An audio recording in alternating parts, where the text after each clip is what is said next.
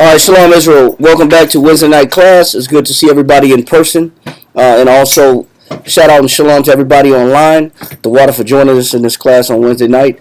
Shout out to our brothers and sisters in Houston, Virginia, Norfolk, Virginia, Houston, Texas, and Rochester, New York. Shout out to Shatat. Rap with him. He gave a great scripture today, man. Awesome edification. Shout out to the brothers out there laboring in other cities and other states.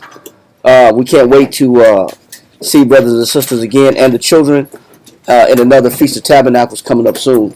That'll be exciting and fun. Shout out to Kawakab down in Guatemala, Lakawa, Atazan in London, brothers out there in California. Shout out and shalom to brothers in Albuquerque, New Mexico, Miami, Florida, and all throughout United States and also overseas that watch the channel and support. And we support y'all as well. We watch y'all as well at the water for everybody that comes online. Let's go ahead and get started. I know, Salakia, we're starting at about 10 minutes late. The title of the class, if you got pen and paper, the title of the class is called Panic-Driven Decisions. All right? Title of the class is called Panic-Driven Decisions. And the motivation and the reason behind this class is because there's certain times when our decisions, if you can, silence your phones. There's times when our decisions that we make are made out of haste, and they're made out of urgency, and they may not be made with rationale and with understanding. So certain things happen, and we want to kind of expound on Shalom online, family online. We kind of want to expound on this topic a little bit. Let me cut this off for a second. And so let's go ahead and get started in Proverbs chapter 3. We're in Proverbs chapter 3, verse 25 and 26. I got it. I honestly, it's not a talking. I got you. Yeah, but I'll switch it over to you in a minute. I'm going to need you to read this and also read this too. All right. Let's go ahead and Shalom family online. All right, let's get Proverbs chapter 3. Verse 25 and 26. Proverbs chapter 3 and verse 25. All right. I know we still got brothers and sisters coming in. Let's read that. Cut. 25, right? 25. Be not afraid. It says what? Be not afraid. The scripture tells us to not what? Be not afraid. The Bible is telling us to be not afraid. Don't be afraid. Read on. Be not afraid of sudden fear. Now, the definition of this sudden is suddenly or in an instant. So this is a fear that comes on in an instant. This is not a build-up. This is like an instant fear that comes upon a person's mind. What do you call that instant fear? Anxiety or Panic. It's called panic. A panic attack. Okay. Yeah. A panic attack is an instant fear. It's also brought on by anxiety. Anxiety also brings on panic attacks as well. He says, be not afraid of what? Be not afraid of sudden fear, neither of the desolation of the wicked. He said, be not afraid of sudden fear. What happens when sudden fear comes upon you? Let's go to Wisdom of Solomon, chapter 17, and we're going to read verse 10. And we're going to be, this is in the Apocrypha. This is in the red book. If you got the red Apocrypha, very thin red book. It's part of the Bible. Page 68. We're in page 68 of the Apocrypha. And we're going to go to Wisdom of Solomon, chapter 17, verse 10. What? You ready? Yes, sir. Wisdom of Solomon, chapter 17 and verse 10 reads, they died for fear. It said people die for fear. Panic attacks, anxiety kill people. He said they die for fear. Read. Denying that they saw the air. So what happens when you can't believe that there's no air? What do you tell yourself when you don't see air? You don't see air anyway. But when you believe it's not there, you start to panic. What is this called? Sudden fear. This is called asphyxiation. Is when you can't catch your breath. This is when you can't breathe because fear will take your breath away. Fear has such an impact, a negative impact, that it'll actually suffocate you. You ever see people hyperventilate? Yeah. And they got to get a brown paper bag, and they got to breathe in a brown paper bag because they're hyperventilating. They can't catch their breath, and the more they think about the situation, or they're under the spell of an emotional outbreak or outburst, they can't breathe. Mm-hmm. Fear will do that to you. Fear will grip you to where you cannot feel like you can breathe. Read it again. Come. Wisdom of Solomon chapter 17 verse 10 reads, they died for fear, denying that they saw the air, which could of no side be avoided. And they can't stop it. I don't have any control over the fact that I can't catch my breath. Fear will do this. Fear will cause you to hyperventilate where you can't catch your breath, you can't breathe. And this is just the beginning of some of the ailments and issues that fear brings. This is why the Most High said, be not afraid of sudden fear.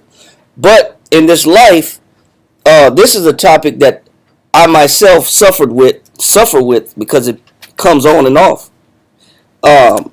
So I can understand this, and I'm actually glad that I suffered from panic attacks. I know that sounds weird, but I'm actually glad that I suffered from panic attacks because I would never understand what a person goes through and the feeling of not having any control over your thoughts and over the impending doom that sits above your mind state, the overwhelming anxiety that comes over your mind of you not having any control over your situation.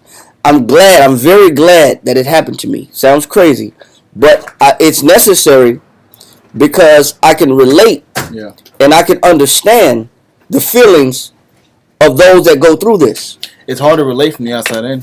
Oh, yeah. I remember I didn't have one for many years. So I never was able to understand or conceptualize the idea of not being able to breathe or losing all rationality, losing all sense of awareness, and can only be consumed in your fear until it happened to me a couple times.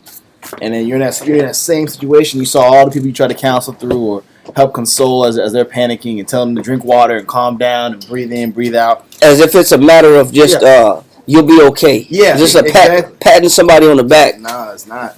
Because the battle that you're dealing with is internal. Yeah.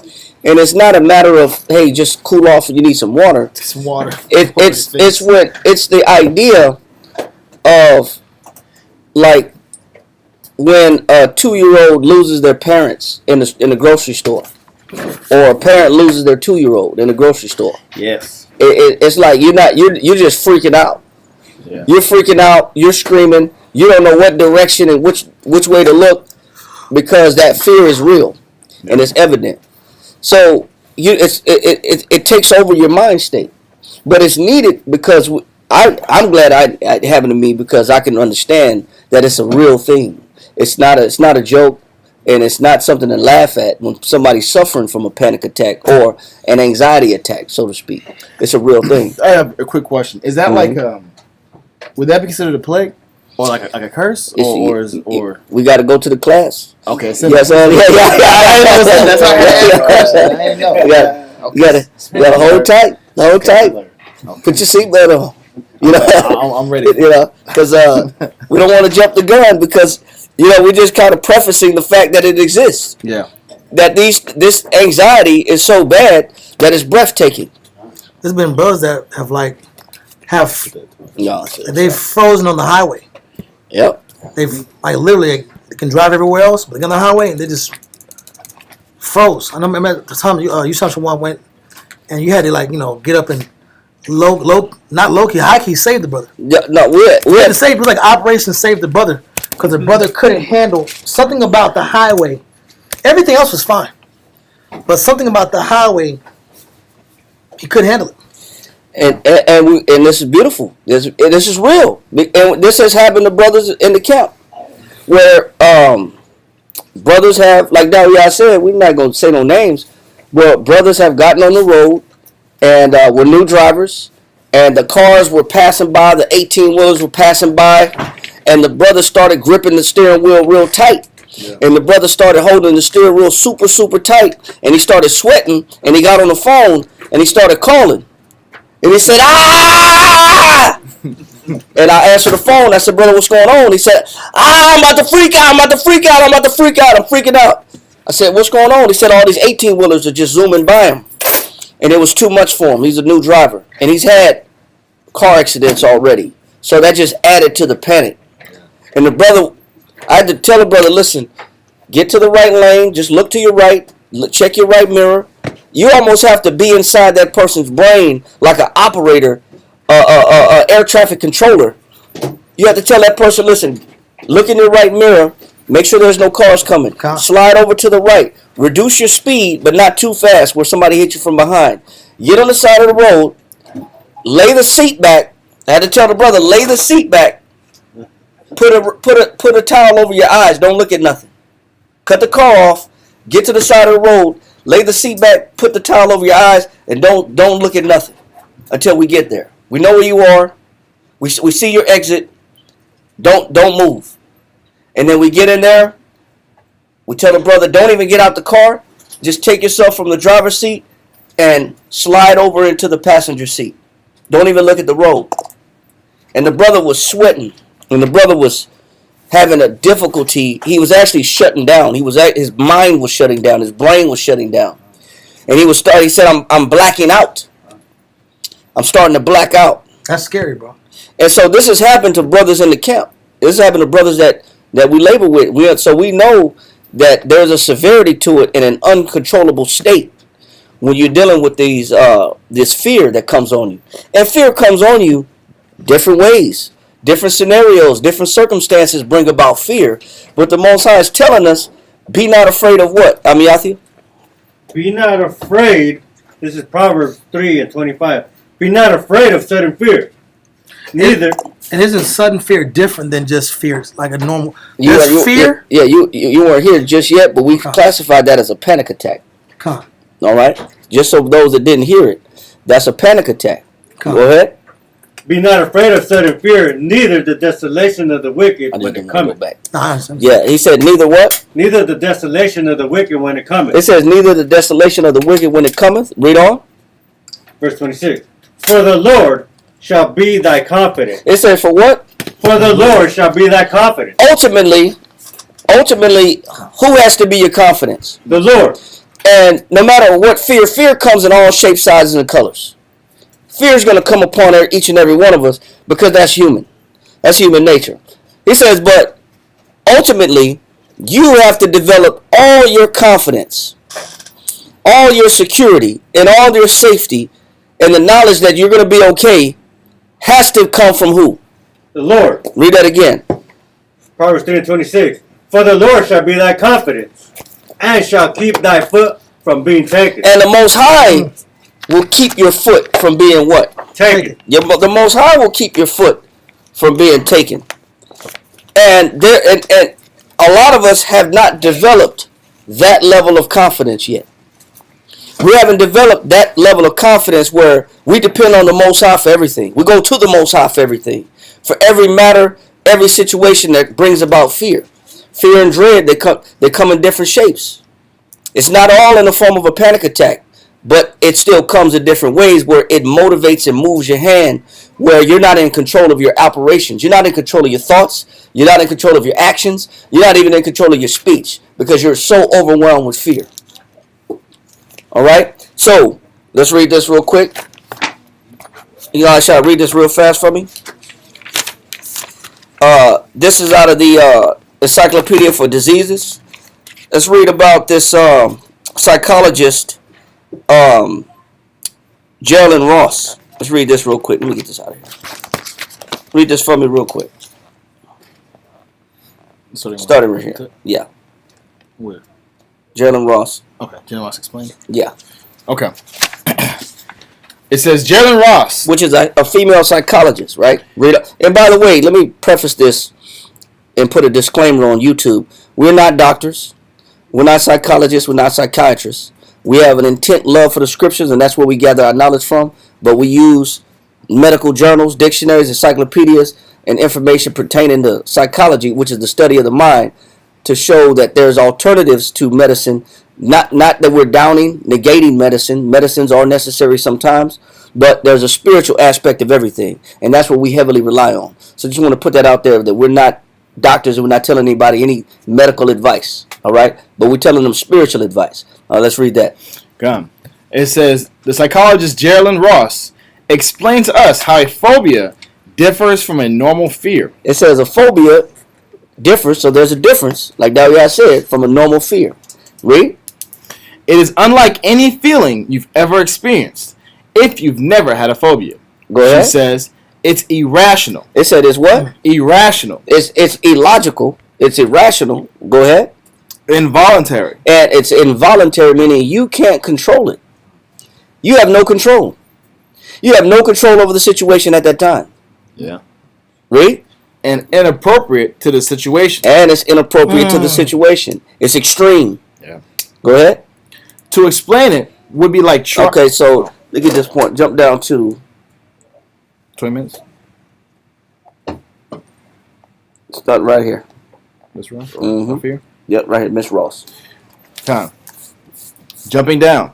Miss Ross described a few of the other phobics she has treated. Go ahead. In one case, a professional auctioneer. Auctioneer. This is somebody that says, we got 5 for 10, 10 for 5, 2 for 25, going once, going twice. So this is a professional auctioneer that talk fast. All right, so this happened to this guy. Go ahead. In his late 30s, was terrified. This guy is in his late 30s. He's not a kid. He's in his late 30s. Read, grown man. Was terrified by bridges. He was by what? By bridges. Yep. So he couldn't go over no bridge. Yeah. I get it. Now if you're a driver, and if you've ever driven, there's bridges that are very overwhelming. The narrow and high. Yeah. The first bridge I noticed, that me being in the vehicle with that somebody was driving, was me and my ex, and I didn't know she was afraid of bridges until we got to the bridge. And that was the bridge in Lake Charles. Yeah. And if you go, as soon as you go into Louisiana, from Orange and Beaumont, you cross over to Lake Charles, you hit Orange and then Lake Charles. Yeah. You hit Lake Charles, you hit that bridge. And then you start, your car points up. Yeah. And then all you see is the scaffolding on the bridge and metal. And then you see like just sky limit. You just see the clouds. You like going up, and it's like, how much are we gonna keep going up? But I didn't know she was afraid of bridges, and then she started panicking on the bridge. And the bridge is only a 2-lane bridge, so you gotta hold the wheel straight, because it's other vehicles blowing by you, and there's no room for error. There's no room for error. There's little lane this way, little lane next to you, and that's it. And metal barriers. And that's it. There's no room for error. Yeah. And you got to focus. Yeah. And her legs start shaking, and her hands start shaking, and she was like, I'm like, how come you didn't tell me that you scared of the bridge? We're already on the bridge. You got to fight through this. You got to get through it. I can't jump in. There's no get out and there's no additional. There's no side lane. You can't pull over, man. There's no extra lane to get into the switch drivers. You have to fight it. Wow. And you got to breathe. You got to work it out. However you gonna work it out. But read on. I've been in that situation. A professional auctioneer in his late 30s was terrified by bridges, a fear that is technically called. It's called gyrophobia. Gyrophobia. Right. That's somebody that's afraid of bridges and tunnels. And if you've been through Alabama, Mobile, Alabama, and then you go through the underwater tunnel, that ain't cool either. That's not, you're in that little darkness, and the only thought is, what if there's a crack? That's always the thought when you go into that tunnel, because you're going underwater. Yeah. What if this thing cracks and I'm in this tunnel? That's it. Or what if I'm in a traffic jam and then it starts leaking water? Yeah. And then so the mind starts to tell you that something's wrong. So that's a real fear. So it's a phobia. There's another one in Norfolk, Virginia. Going, I think it's in Newport News, going into, or Hampton. Hampton going into Norfolk. You got to cross the bridge. There's another one in Manhattan. It's the Manhattan Tunnel, cross from Jersey into Manhattan. That's another big tunnel. All these are like watching the show Fear Factor. Yeah, bro. You know what I'm saying? Because you gonna freak out. But bridges and tunnels, that's what gyrophobia is. Go ahead. Because of his work, however, he often had to cross a 5-mile long, 180-foot high bridge. 5 mile long, 180-foot bridge. Yeah, it's real. That's a long bridge, and that's a high bridge. High bridge, bro. And again, that's not a lot of room for error. Go ahead. It says across the Chesapeake Bay between the eastern and western shores of Maryland. To avoid the bridge meant adding 40 to 50 miles to the trip. So either you're gonna face your fear, Oh my God! or you're gonna add another. You're gonna add another 40. What do you say? 50 to 60. 40 to 50 miles. 40 to 50 miles is a good hour. Or Traffic, make it traffic. You know, a lot of people taking that side bridge, right? Man, that's side route, right? It's from San Antonio to Austin is 69 miles or something like that, and that's a 2 hour. It used to be 45 back in the day, but now with all the traffic increase, that's now a 2 hour drive from San Antonio to Austin, and that's only 60 miles. So you're either gonna face your fear, or you're gonna add another 2 hours to your trip. Continue reading. Oh, sorry. It says, as a solution, he first had his wife drive him across the bridge. So now the first idea is, you know what? I'm gonna have my wife do it. My wife's gonna take me to work because I don't want to face that bridge. My wife gonna drive me. Read on. But he was still afraid. That didn't stop nothing. The fear's still there. Go ahead. He was still afraid he might panic and jump out of the car. So now the idea is it's real. He's holding on to the door, and this is a real situation. This is a real case study right here. Yeah. A real treatment. Now this guy's so afraid, he feels like, you know what? I'm about to jump out the car. I got to get out of here. Yeah. Go ahead.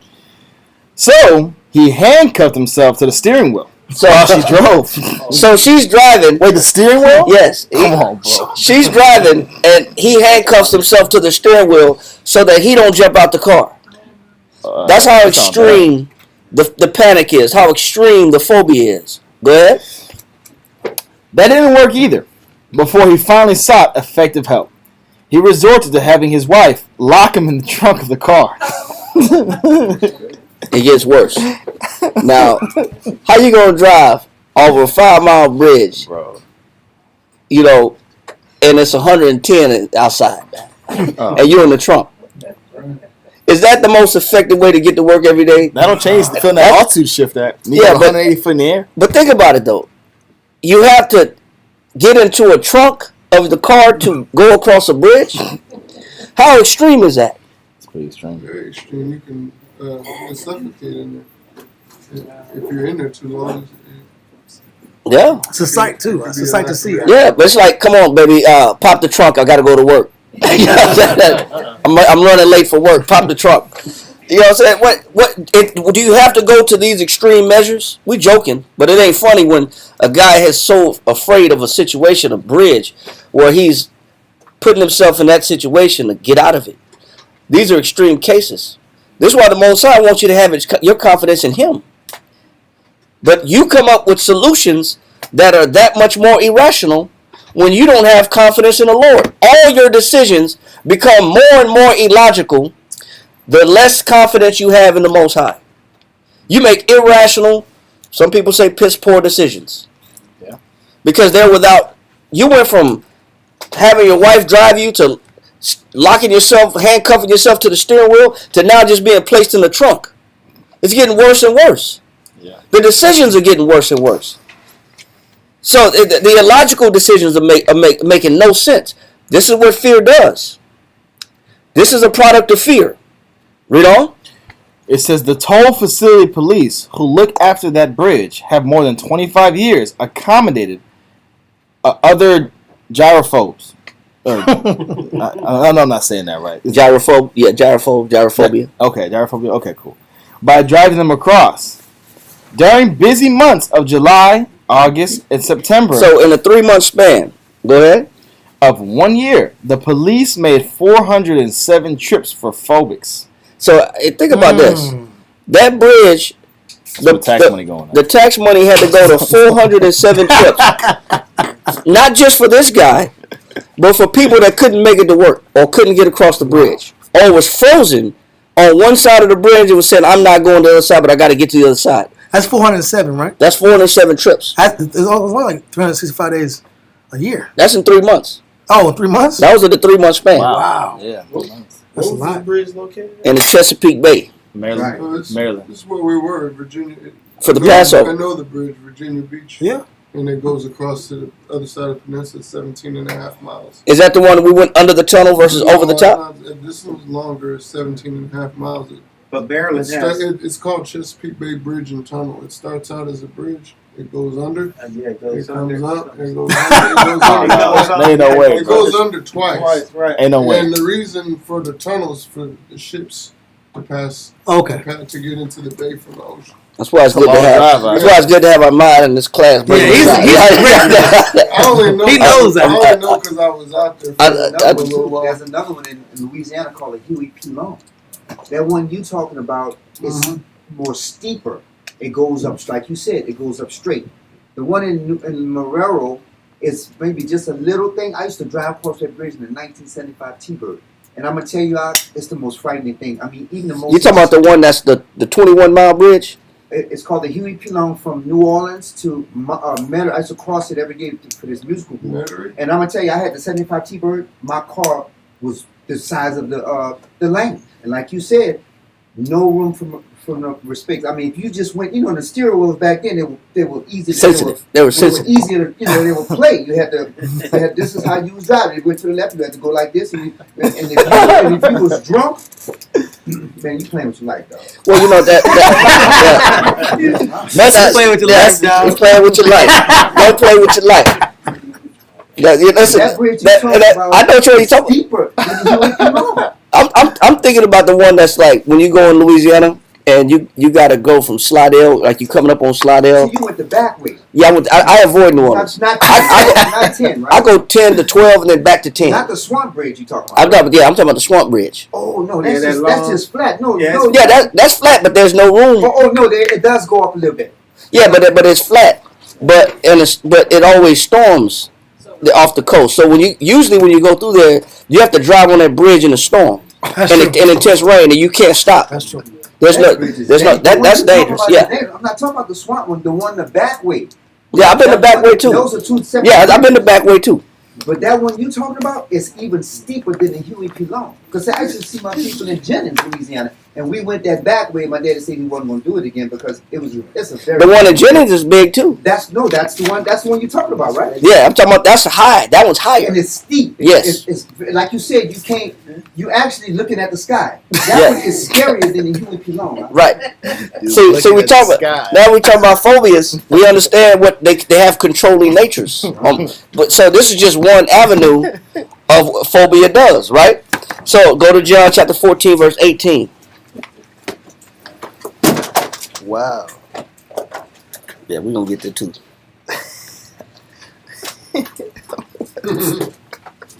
I'm gonna get this book out. It's a good book. It's a good encyclopedia.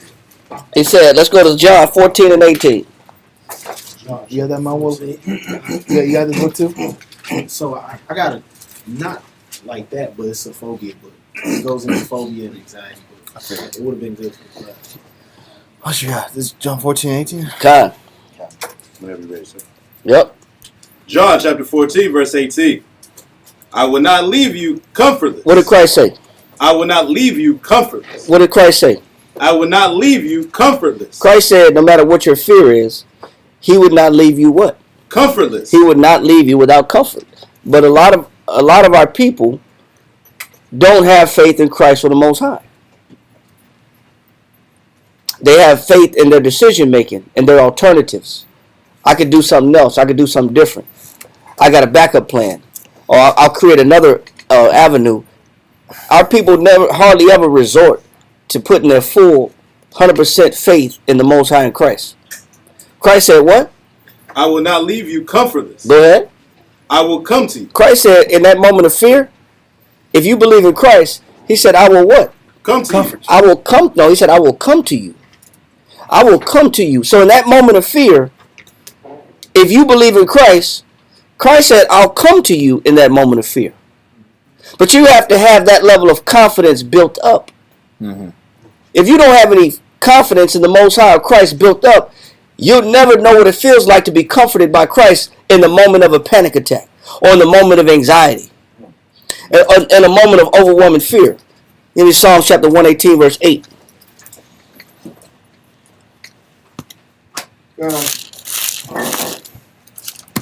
Psalms chapter 118, verse 8. Mm-hmm.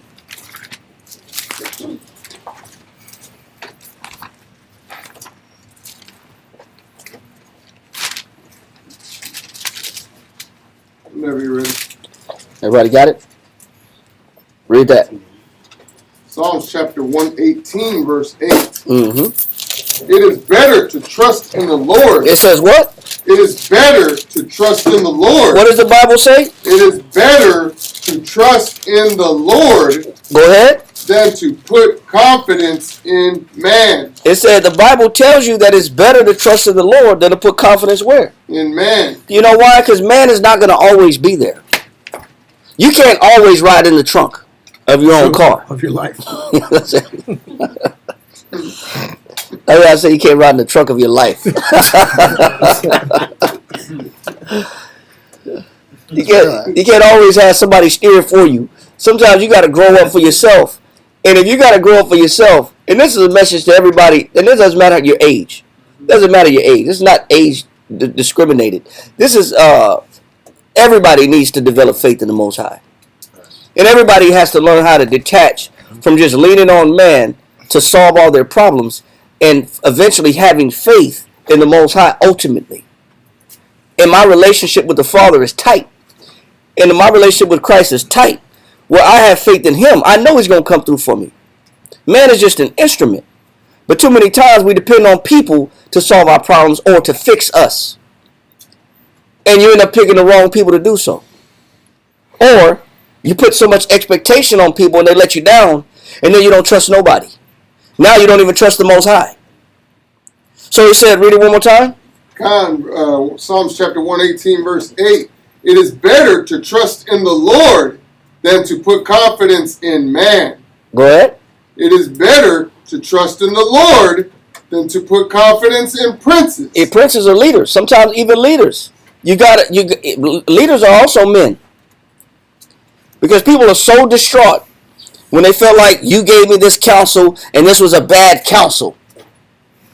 I didn't like the counsel you gave me. The counsel you gave me failed me. I can never trust no counselors. Yeah. Where's your faith at in the Most High to begin with? Where's your faith at to begin with? And does that mean that my foundation isn't the Most High? My foundation is just physical people. Right. Because we're talking about what is your foundation. A lot of people have their foundation. They cannot rely on anything else but their flesh and blood family. Some people can't rely on anything else but the homeboys they went to school with. Some people can't rely on anything else but popular opinion. Those are all different strata of trusting in man. Or just, this guy is a scientist, he's really smart, so I'm thinking based on his scientific theory that I can trust in this. And let alone it's not going to work either way. Yep. Until you trust and make your foundation the Father. Yep. Because a lot of people got different alternatives to the Most High that they feel like they can trust. And they will be let down. Luke chapter 8, verse 43. Somebody put roots on me. Back in the day, yeah, man. People were living off that. That's real, though.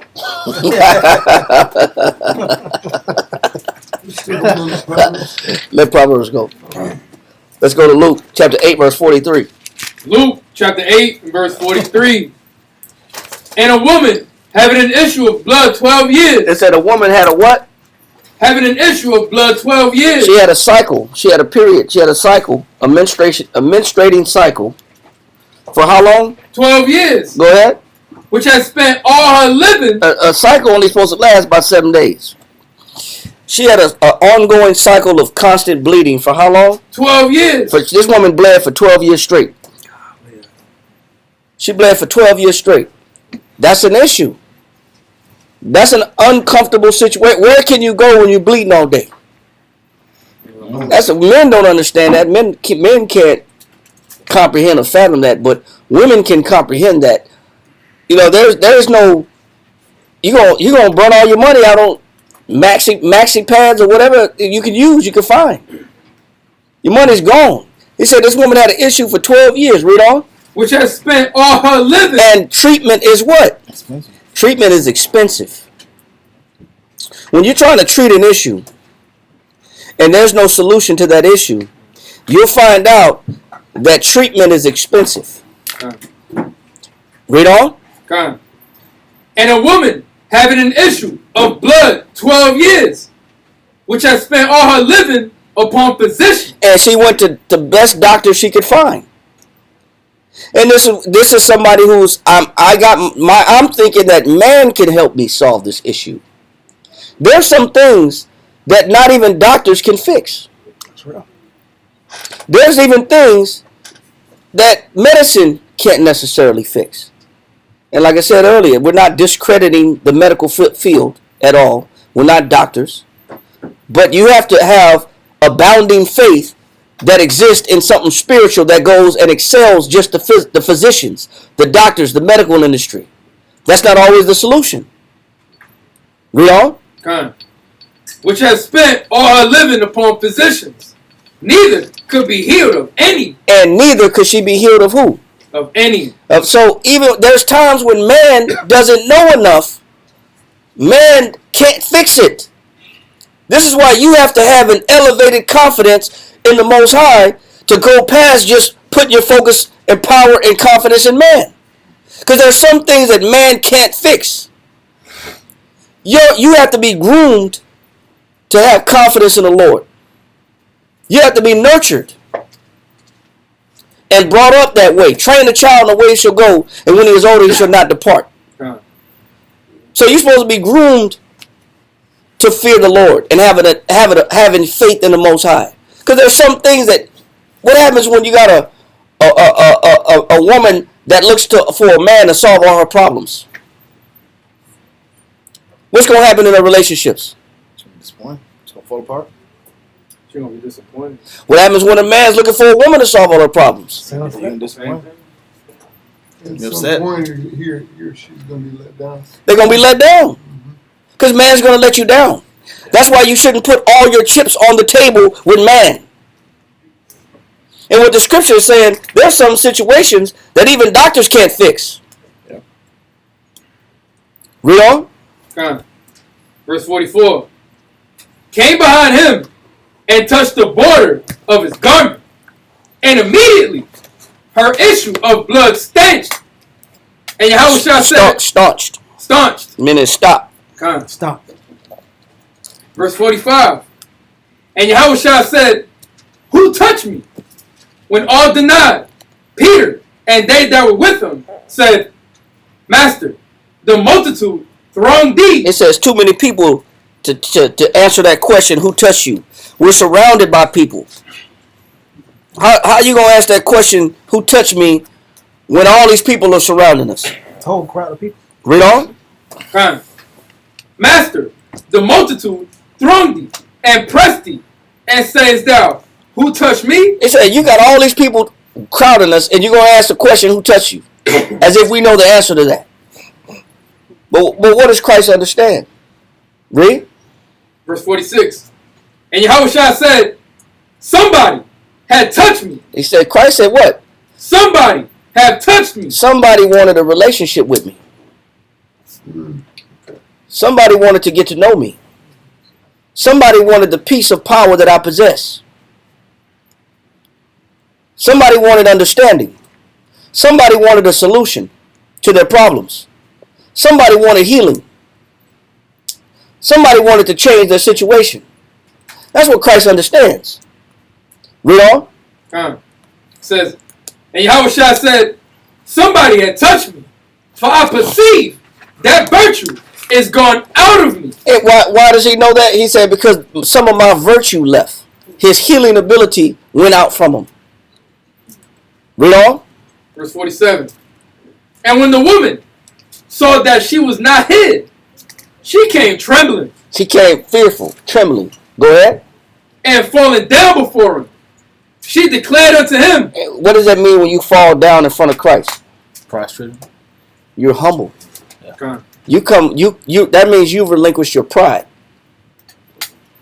You come down. This is somebody who does it. Who's tired of putting faith in just physicians and doctors as to solving her problems. She found a solution. She found the remedy. Okay. And she's thankful. And she's worshiping that fact that Christ, she knew her, she was healed from that moment. Read on. And when the woman saw that she was not hid, she came trembling and falling down before him. She declared unto him before all the people. And she said, she declared before all the people. Read. For what cause she had touched him. She said, I touched you because I've been bleeding for 12 years straight. And you're my only answer. I've been bleeding all these years, and you're my only solution. I spent all my money on all these doctors that couldn't do nothing. Read on. And how she was healed immediately. And she was what? She was healed immediately. And this is why you got to understand why you have to elevate your confidence, not just in man, but go beyond man and develop a relationship with the Most High in Christ. Okay. Because your life depends on it. Your healing depends on it. The alleviation of your sicknesses depend on it. And not enough of us have a solid relationship with the Most High in Christ to where we're getting our problems solved. Now, a lot of us, read this right here. Some phobics. For some folks. Mm-hmm. Holding this up? Yeah, let that go. Okay. All right. For some phobics, it's consoling. It's consoling to learn the root causes of their phobia. So a lot of people want to know, where did this fear come from? When did I start getting like this? I was never like this growing up. I don't know where this came from. I don't know how this started. I was on a straight and narrow path. I was a happy kid. I was a great person. I was doing well in my life. How did my life come to this point? When did life go downhill to where I'm stuck in this situation? This is my case and situation. What's the root? When did it start? I was better off years ago. I was so ambitious. I thought sky was the limit. Now I'm in this bad situation. I want to know the root. So a lot of people want to know the root of where your problems start. Because we all got problems. We all want to know the root of the issue. I got to get to the bottom of it. Regardless if you know the root cause or not, that doesn't take away from the fact that you have to have a responsibility to serve the Most High in Christ and have a love for the Most High in Christ and a confidence in the Most High in Christ. It doesn't take away, because you don't know how you became the person that you are. That doesn't matter. It doesn't matter if you don't know how you got to the point where you are, or who started it, whose fault it is, whether it's your fault or the parents' fault or my mom's fault or my dad's fault or it's my brother's fault or it's my neighborhood. I was a product of my environment. It's the community's fault. It doesn't matter who's to blame, whose fault it is, of why you're the way you are. All that you need to understand is you need to fix it. And the way you fix you is by having a confidence in the Most High. That's how you fix you. Read on. But the knowledge of its source doesn't necessarily put an end to their panic attack. Does the knowledge of knowing the root cause of having issues fix it? No. No. Even if you do know the root of your problems. Well, I was hurt as a child. I was abandoned by my father. I was abandoned by my mother. Nobody loved me. Nobody paid attention to me. Nobody supported me. All my support group left and went on with their lives. Does it still matter? Doesn't matter the story. Everybody got a story. Everybody got an origin story. Everybody got a story where it all started from, where you could say, well, this was the beginning of all my issues. It doesn't matter the beginning of all your issues, because that doesn't fix your issues necessarily. You still got to have a relationship with the Most High no matter what. So you can spend money trying to find the root cause, or you can just say, you know what? Let me start aiming towards the solution. We just read the story of a woman who was going to physicians trying to solve the problem and blew all her money, blew all her resources. Read on. And says a survey of more than 100 phobics at Massachusetts. I can't pronounce that word. Massachusetts. Okay. All right. I didn't want to say the other one. Okay. General Hospital in Boston showed that they had averaged 3.8 years of psychiatric care, but were still severely disabled. It said they had an average of almost 4 years of psychiatric evaluation, and they were still what? Severely disabled. It said so after almost on an average of 4 years of treatment, they still were suffering. So you can spend your money. You can spend your money. You can go to treatment facilities. It's needed. But what's the problem? What's ultimately the problem? Lack of God problem. It's a lack of the Most High in my life as my confidence. So here we go again, blowing money in a facility. Like I said, once again, we're not doctors. We're not downing the medical industry. What we're saying is this is medical knowledge. This is a medical encyclopedia. We're just reading case studies of what people have done that didn't work. Here you go again, another treatment facility, and guess what? Does it mean that you're going to fix the problem? You're still that's another extension of the bigger issue. You're still avoiding the elephant in the room. I don't have a relationship with the Most High. That's the elephant in the room. I don't have a relationship with the Father. I don't have enough confidence in the Most High in my life to make a difference in my life. You can spend money all day. Read on. It says tranquilizers. You can spend money on what? Tranquilizers. There's medical, psychotropic drugs. Yeah. Lithium is a tranquilizer, mood stabilizer. Ativan is a tranquilizer. That all these cadmonine is a tranquilizer. That's what they give you. That's so. Just because you got these phobias, fears, and issues, a pill is not going to fix it all the time. So for some people, treatment does help, but you have to go above and beyond just what man has to offer you. Read. Tranquilizers apparently aren't effective either. Of the patients in the Boston survey, 98% found no relief from them. It says no relief from just doing a numbing agent. You can numb yourself with cigarettes, alcohol, drugs. Is that going to fix the bigger problem? No. Those are just agents, chemicals that people use to hide the bigger problem. True. And as a temporary relief, but doesn't solve you. It doesn't fix you. What the issue is, we don't have a relationship with the Most High in Christ. That's the bottom line. We don't have enough confidence in the Most High in Christ to make a difference in our life. We don't seek Him enough to put all our chips on Him as the solution. So I spend money with all these different treatments, all these different facilities, all these different things that he said 98% did what? Found no relief from them. 57 patients had consumed about 660,000 minor tranquilizer tablets. It says that's 57 patients. 57 patients. How do you even consume that much? Took 660,000 tablets. Man, between 57 people. Bro. Do the math on that. What's 660,000 divided by 57 people? That's a lot. That's got to be at least 10,000 apiece. 11,578. Okay, that's almost 12,000 pills apiece. Divided by. And let's say the pills are $3 a piece. I don't know. Do the math on that. There ain't no math right there. Times $3 a piece.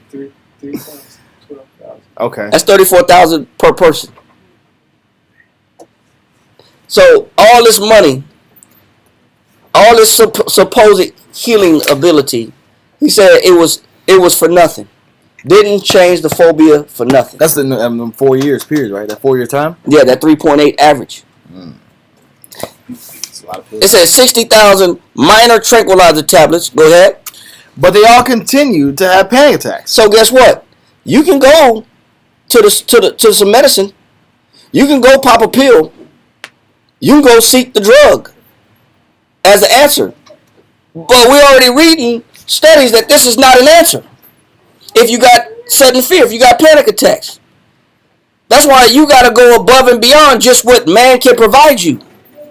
There's a spiritual aspect of life that you've neglected to why that the problems in your life still exist. Yeah. We're done with that, right? Okay. Let's go to Mark chapter 4, verse 4. How do you make the Most High your confidence? Because ultimately that's what the Most High said we got to have. How do you make the Most High your confidence? I ask you the question again. I want you to write it down. How do you make the Most High your confidence?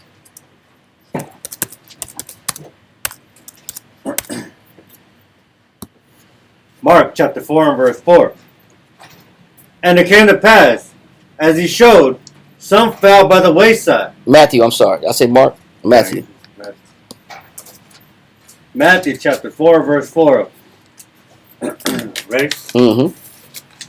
But he answered and said, it is written. It said Christ, this is Christ talking. If you have a Bible that's written in red, this is Christ speaking. Yahweh Shai. Read on. But he answered and said, it is written, man shall not live by bread alone. Man shall not live by bread alone. Read on. So is he denying the fact that you need bread? Is Christ taking away the fact that you got to eat? You have to eat something? No. You have to have some type of nutrients? Right. You need substance. You need nutrients. You need vitamins, minerals, and amino acids. You need these things. You need proteins.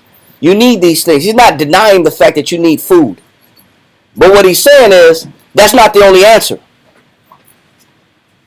What you pop in your mouth is not the only answer. What you swallow down your throat into your stomach is not the only answer. He said what? It is written, man shall not live by bread alone, but by every word that proceeded out of the mouth of the Most High.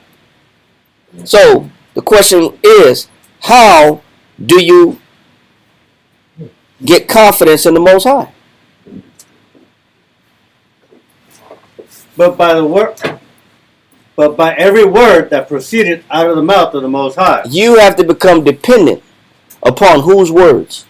The Most High. The reason why our problems still exist is because we got too much of our own words in our minds and not enough of the Most High words in our minds. This is why problems and sicknesses still exist. There's an imbalance of whose words you listen to. You listen to more what you say and what you come up with and what you think about more than you actually give the Most High a chance for him to implant his way of thinking into your mind. Romans chapter 10 verse 17.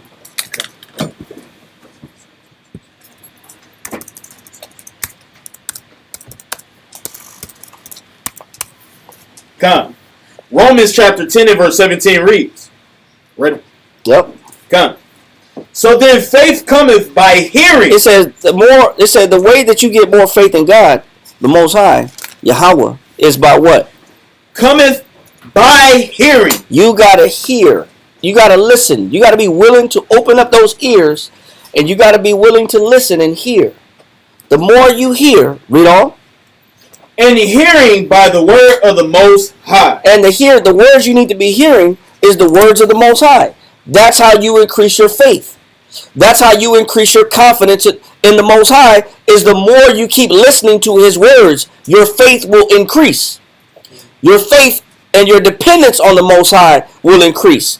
And you'll start detaching from just having to have a man fix all your problems, which ultimately sometimes he can't fix. There's some things that man cannot fix, that only your relationship with the Most High can fix. So he says, read it again. Come. So then faith cometh by hearing, and hearing by the word of the Most High. So this is how you increase faith, because that's where the Most High wants us at. We'll be limited in just what Esau has to give us, what his psychologist has to give us, his psychiatric evaluations have to give us, his medicines have to give us, his therapies have to give us, his counseling sessions have to give us. Those sometimes are necessary, but they're still limited. It doesn't take away from what ultimately you need in your life.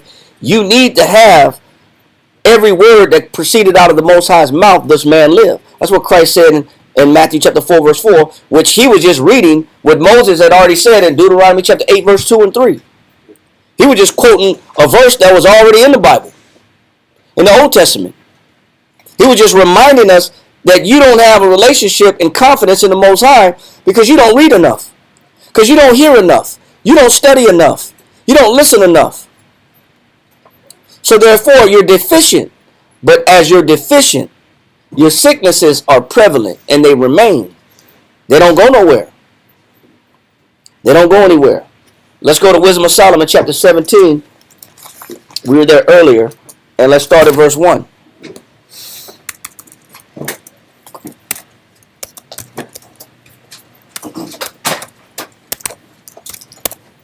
Wisdom of Solomon, chapter 17, verse 1. For great are thy judgments. It says, for what? For great are thy judgments. When you learn how to think like the Most High, you're adopting something that's great. That means it's of great importance. It's of great power. It's a great addition. It's a grand benefit to your life when you learn to think like the Most High. When you learn to think like the Most High, it adds value to your life. He says what? For great are thy judgments, and cannot be expressed. It said, and you can't even express in human form how wonderful it is to understand the mind of the Most High and to know how to think like the Most High. That cannot even be expressed. It's hard to even put it in words what it means to focus on the Most High and to concentrate and have confidence in the Most High. It's hard to share because it's almost unbelievable. He said it's hard to be expressed. That's how great the Most High's thinking is. Read on. Therefore, unnurtured souls. He says, therefore what? Unnurtured souls. He says the problem is what?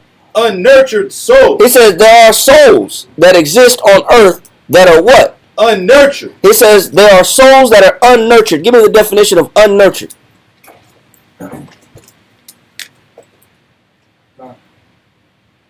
Unnurtured. Unnurtured. Unnurtured. It says, not nurtured, not educated. And so when we're talking about nurtured, we're talking about they're not what? Educated. So you have to have a biblical education in your life to get past certain sicknesses. But we put our confidence on medicines, pills, drugs, food, we whatever man says, but we never go past that. Yeah. You have to have a biblical education to solve your issues.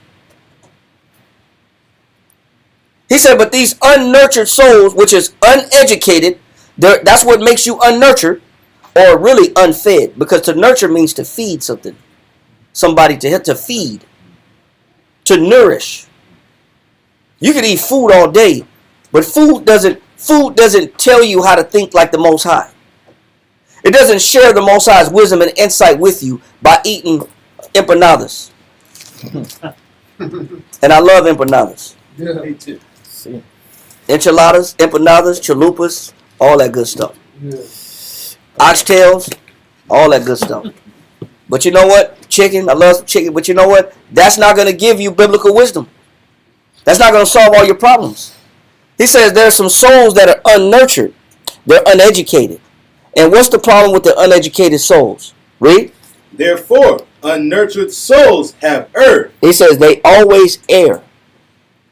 Err, E-R-R. Get the definition of E-R-R so you understand what he's saying. Because these are old English words. And they're hard to find in modern syntax. It's err or error. Err. To err. E-R-R. Read that. 1828. To wander from the right way. He says when you're uneducated biblically, you're bound to wander from the what? Right way. Because you're uneducated biblically. So you automatically in life do the wrong things, think the wrong things, behave the wrong way, say the wrong things when you're uneducated biblically. You don't know how to fix your issues when you're uneducated biblically. He says they always, unnurtured souls, always do what? Err. Which means what? To wander from the right way, to deviate from the true course. It said God has put you on a course in life, and your decision making, which was non-biblical, have taken you off the course that the Most High put you on in life. The Most High has a designed life for us to live. Do we know what that is? Let's get Deuteronomy chapter 30. Read verse 19.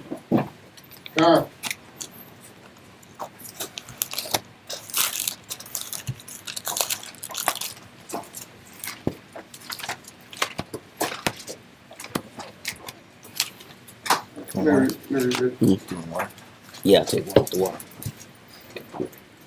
We're going to go back to Wisdom of Solomon in just a minute. Deuteronomy chapter 30, verse 19. I call heaven and earth to record this day against you, that I have set before you life and death. The Most High said, hey, I put this in front of you. These are two things that are guaranteed. Life is guaranteed. Death is guaranteed. He said, I put these two things in front of you. Read. Blessing and cursing. It says, the Most High has guaranteed blessings, and he has guaranteed cursings. Read. Therefore, choose life. Hold on. He said, do what? Choose life. So your life is summed up by your choosing. You choose what kind of life you want to have. It's your choice. You have options, but you only got two options. Read.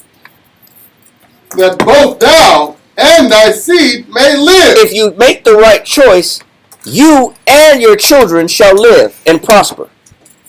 Read on. Verse 20. That thou mayest love the Lord thy power. And this is making the right choice. That you love who? The Lord thy power. That you stick to and you cleave to who? The Lord thy power. Read on. And that thou mayest obey his voice. And you look to obey everything that you read in the Bible as much as possible. His voice in the scriptures. That's his voice. That's him talking to you. And if you choose to live life that way, he says, you and your seed shall live. Read on. And that thou mayest cleave unto him. And you got to stick. Cleave means to stick to the Most High. Don't deviate. Unnurtured souls, uneducated souls, always err. They always deviate from what, Kariah? From the true course or purpose. That's what happens when you don't stick to the Most High. You start to get off track in life. And life takes a different turn. And it takes the wrong turn. Yes, sir. There's more to that. I know. But, Ahmad, you wanted to say something?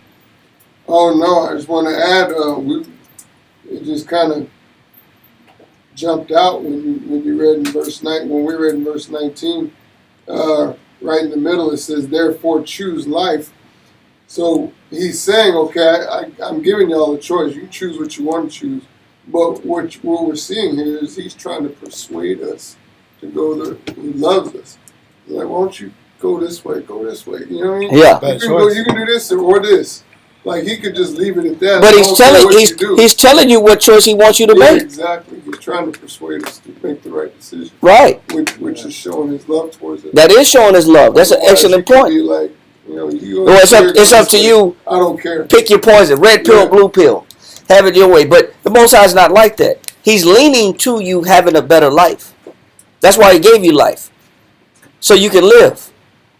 We're the ones that are unnurtured, uneducated, that decide to deviate from the Most High, and then life takes a real challenging turn. And it takes a downward spiral. We're going to a downward spiral where it's harder and harder to fix our problems. We're going to a deeper hole. Read. God, where we at? We're in the middle of 20. Mm-hmm. For he is thy life. It says because if you choose life, then you're choosing the Most High. Because the Most High is your life. Read on. And the length of thy days. And as long as you keep choosing the Most High, you keep sticking to the Most High, He'll keep adding to the length of your days. He'll keep giving you more life. Read. That thou mayest dwell in the land which the Lord sweareth unto thy fathers. Because you're able to inherit a promise that the Most High had already forswore to your foreparents, your patriarchs, Abraham, Isaac, and Jacob. He already swore to them that he was going to take care of us. So we get to adopt the land that he had promised to our foreparents. And we get to have a good life. If I don't deviate. If I don't swerve from the course the Most High really wants me to be on. Yes, sir. And when that first part of that scripture, when it says, choose this day, sometimes that can mean literally. If you go back to that house, you're going to die tonight. Yeah. Oh, very much so. Yeah. Literally this day. Yeah. I'm tired of you. Well, the Most High can exterminate us to that degree. Yeah. Choose right now. You got hours. Yeah. You don't have. Gonna make it back. You don't have days. No, you're right. The Most High's not playing. You have to make a decision. Because, a lot of people make the wrong decision and they get snuffed out. Yeah. It's a bad decision. Or I'm suffering permanently from that decision. Which now you got to think about why you're suffering every day. Damn, I wish I didn't make that decision. And now there's nothing you can do about it. Now you're in a permanent state.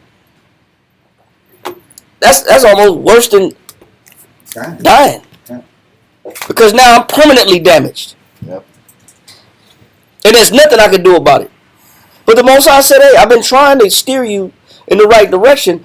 I've been trying to give you choices. He said, but let that go. And let's go back to Wisdom of Solomon 17.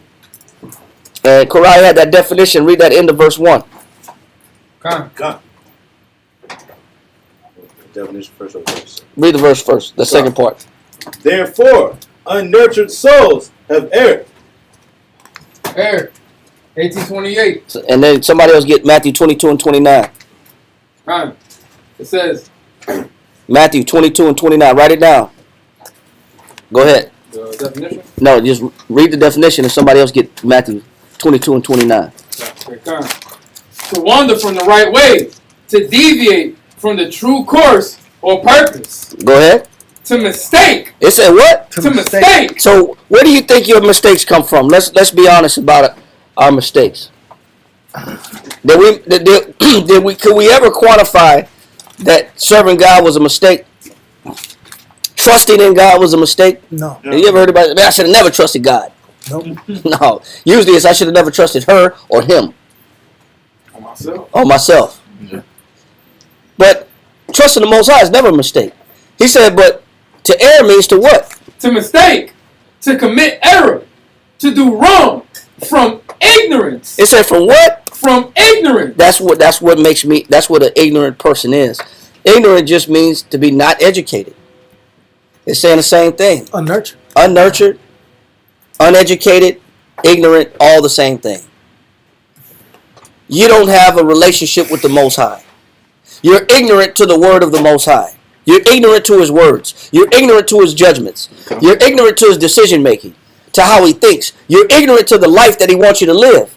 You don't know no better. Matthew 22 and 29. Matthew 22 and 29. Yahushua answered and said unto them, Ye do err, not knowing the scriptures. He said, Christ said our mistakes come from what? Not knowing the scriptures. Where does our errors come from? Our mistakes come from? Our ignorance come from? What is our deviation from the right path the Most High wants us on? Where do all these faults come from? Not knowing the scriptures. Where does all my problems in my life come from? Not knowing the scriptures. Who's talking right here? Christ. Christ said this. All your problems in your life comes from you not knowing the scriptures.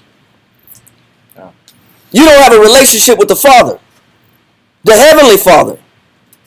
You don't have a biblical understanding, a biblical education. You could have a doctorate. You could have you could graduate summa cum laude. You could have your master's, you could have all the degrees in the world, but you need a biblical education. Those educations just elevate you in this society, not in judgment. You can tell yourself, I just need to go back to school. That's all I need to go back to school. That's going to solve all my problems. I just got to get my GED. I just got to go get my education. I got to go, get us some loans. I got to go talk to FAFSA in the morning. I got to call FAFSA in the morning and get my student aid hooked up. I need to get back to school. Okay? Get back on. That's okay. That's an angle, but it's not the ultimate angle. It's not the ultimate solution. What about your biblical education? What about your biblical understanding? That's the one that changes lives, not just your address. Read. So Matthew 22 and 29. Yahushua answered and said unto them, You do err, not knowing the scriptures, nor the power of the Most High. And so also because I don't know the words of the Bible and I don't have a biblical education, I also miss out on how powerful the Most High is and how much He can change my life for the better. So now I went from one problem to two problems. First, I'm ignorant to the words, so I deviate and go off track. And now I miss out on the life that the Most High has for me to live. Now my problem just got worse. I just doubled my issues. This is Christ talking. This is no other person in the Bible telling us this but Christ. If anybody knows, He knows. But He also said this too. Go to Matthew chapter 10 verse 6 and also Matthew chapter 18 verse 11.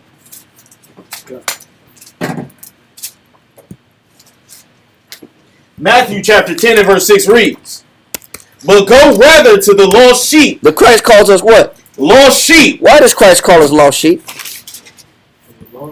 You wandered out of the path of righteousness. You wandered out of the way. Because we're the ones who wandered and got lost in life. Christ knows us all too well. We're the ones that deviated from the course the Most High had us on, where everything in life would have been different and can change. Read. But go rather to the lost sheep of the house of Israel. Now, Matthew 18:11.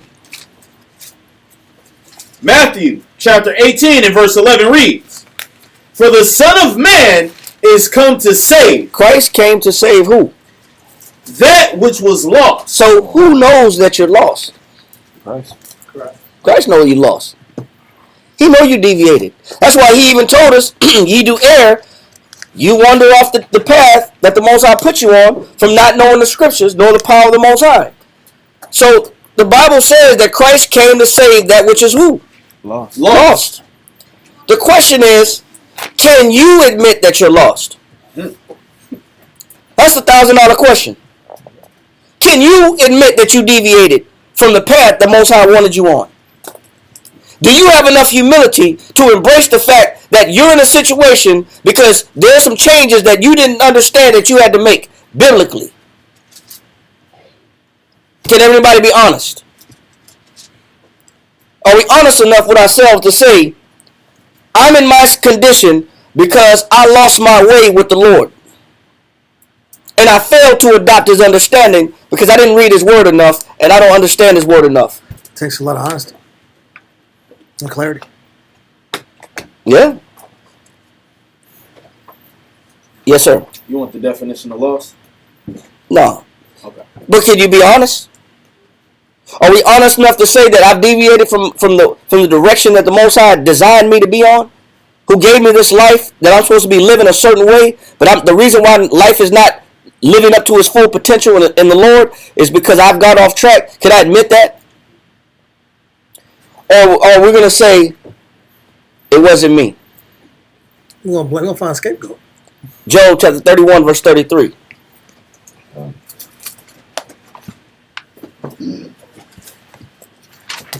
Joel or Job? Job. Job chapter 31, verse 33. Whenever you're ready. I'm ready. God, if I covered my transgressions as Adam. So, why do people cover their transgressions?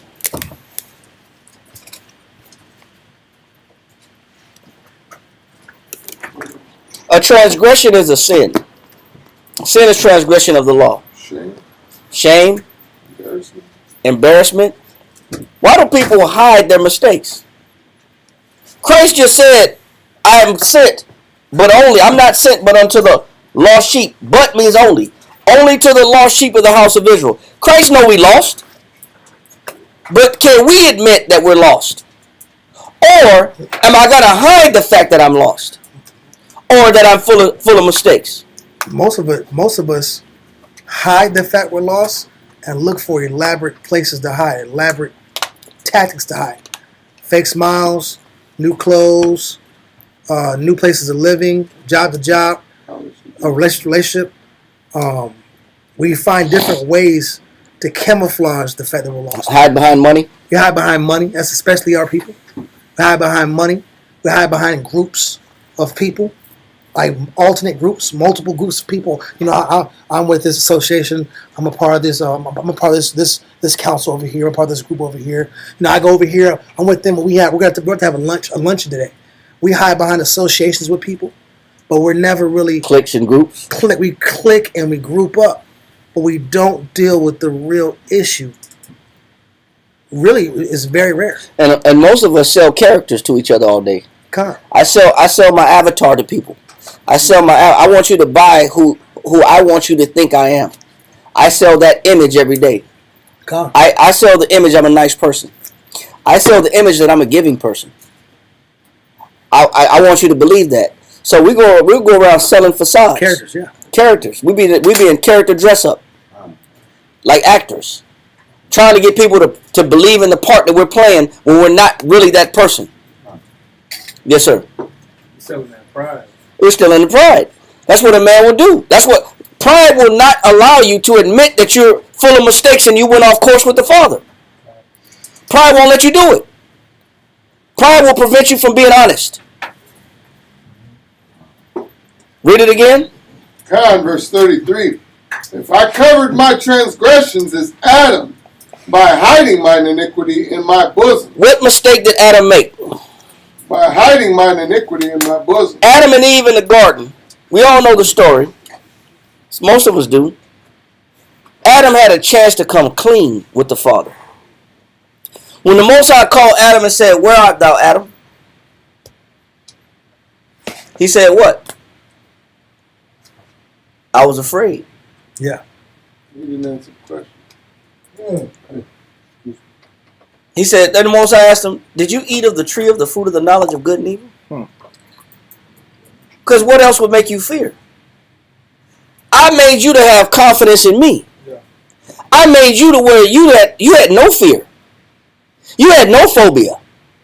The only way that fear comes on a person is through deviation. The only way fear comes on a person is through transgression. Yeah. The only way fear comes on a person is I've wandered away from the course that I'm supposed to be on. Otherwise, I have all confidence in the Lord. So where did this fear come from all of a sudden? Mistakes. Yeah. It's from the mistakes that I make. I bring the fear to me. With every mistake I make, I bring upon a new phobia. I bring upon a new fear. New torment. A new torment. To prove that, he said what? Well, finish reading that first, and let's go to Wisdom of Solomon 17. Verse 33 again. If I cover my transgressions as Adam by hiding mine iniquity in my bosom, did I fear? That's it. No, that's it. By hiding, that's how people are not honest about where they are in life with the Most High. They hide the fact that they've gotten off track somewhere in life. They make all these promises. I'm going to get back on my feet. It's only going to take me 3 months. Watch me work. Watch what I do. I've been in here before. I always hit hard times. I work better when my back is against the wall. You ain't seen nothing yet. You know, I saved the best for last. You gonna watch and see.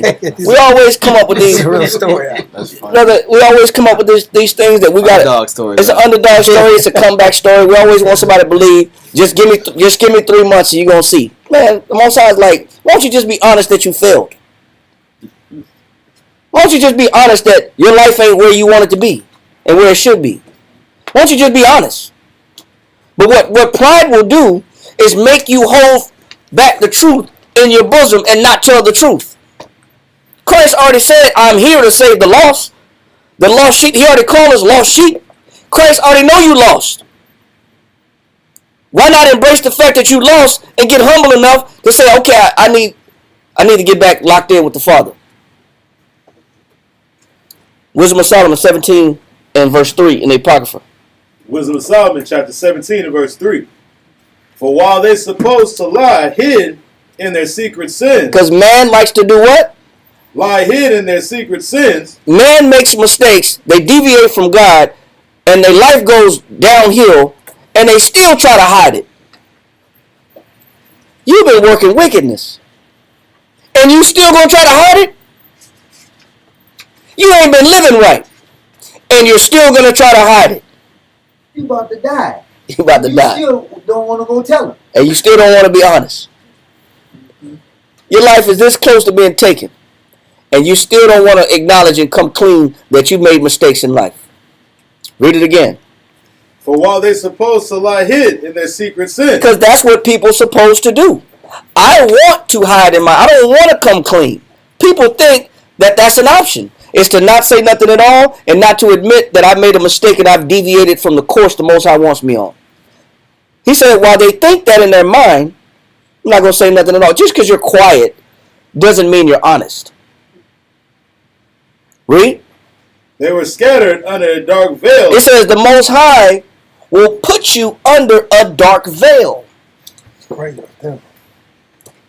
As long as you want to hide the fact that you ain't been living right, the Most High said, I'm going to cover you with a dark veil of what? Of forgetfulness. Of forgetfulness. What that means is a forgetfulness of duty. He says that dark veil of forgetfulness means you forget that you owe the Most High your life. So as a result, since you forgot to serve God, and the Most High put that dark veil of forgetfulness because you forgot to serve the Most High, then what's the result? Being horribly astonished. It says then the thing that's left on you is what? Astonishment. Horribly astonished. That's a panic. That's fear. That's paranoia. Wow. Paranoia, panic attacks, certain fear is for spirits that forget to serve God.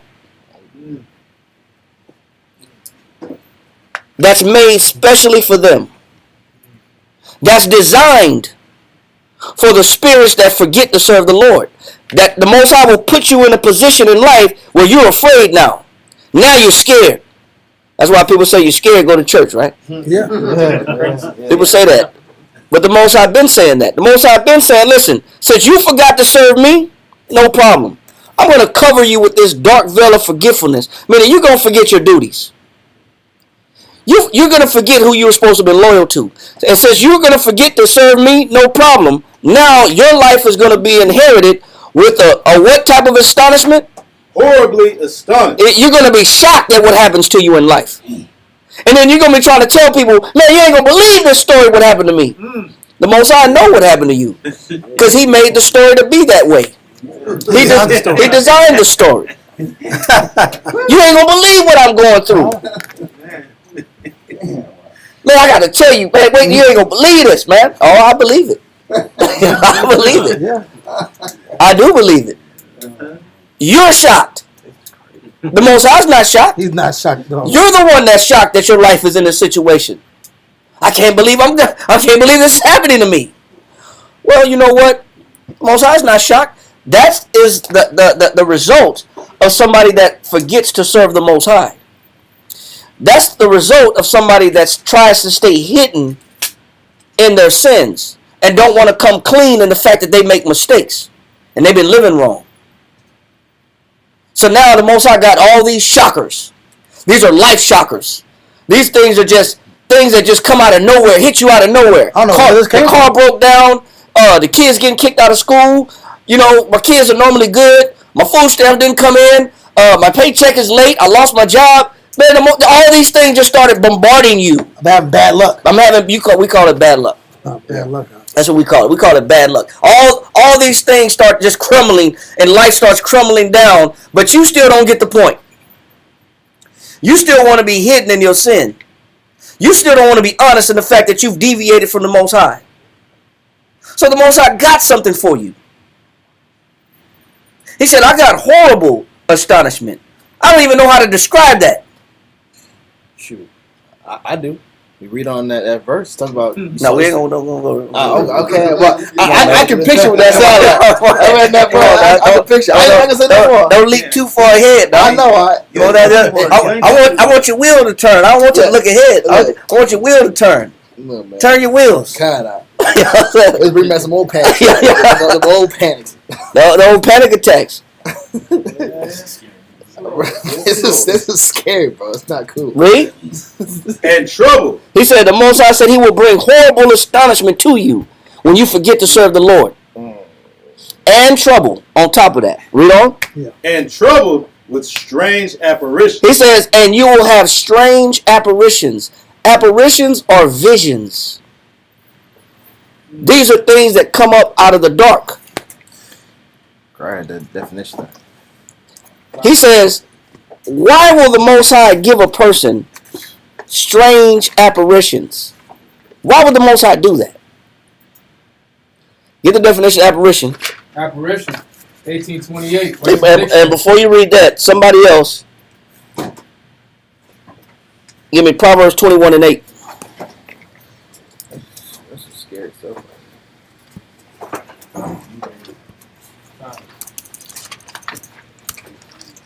Definition first? Yep, definition first. Apparition, 1828, Webster's Dictionary.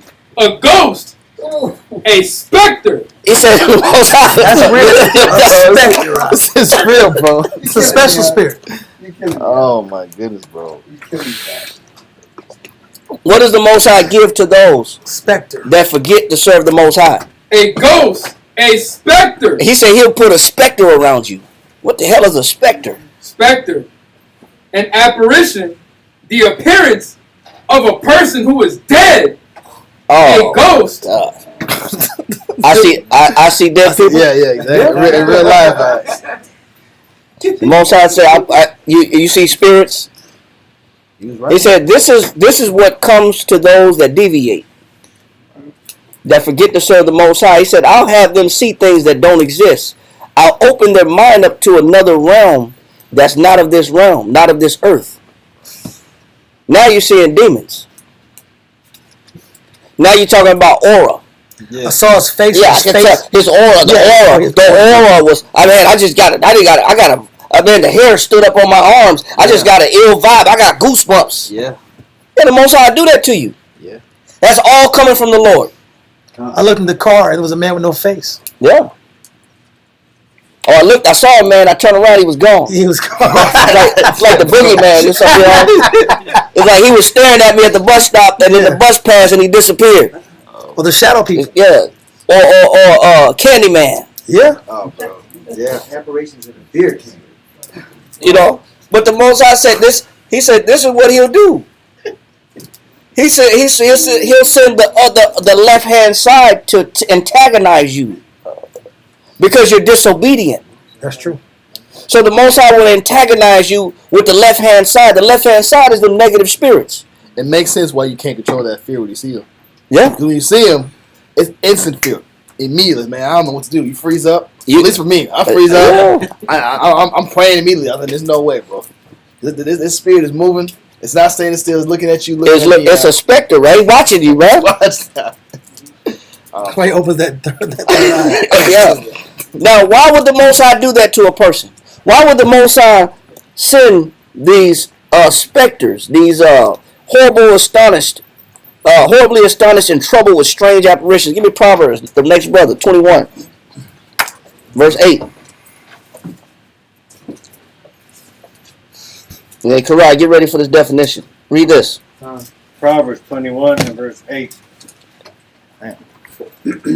The way of man is froward. It said, the Bible says the man's ways, his lifestyles, his choices, the way he does things, mankind's ways of living is what? Froward. Forward. Froward. W-A-R-D. What does that mean, Karat?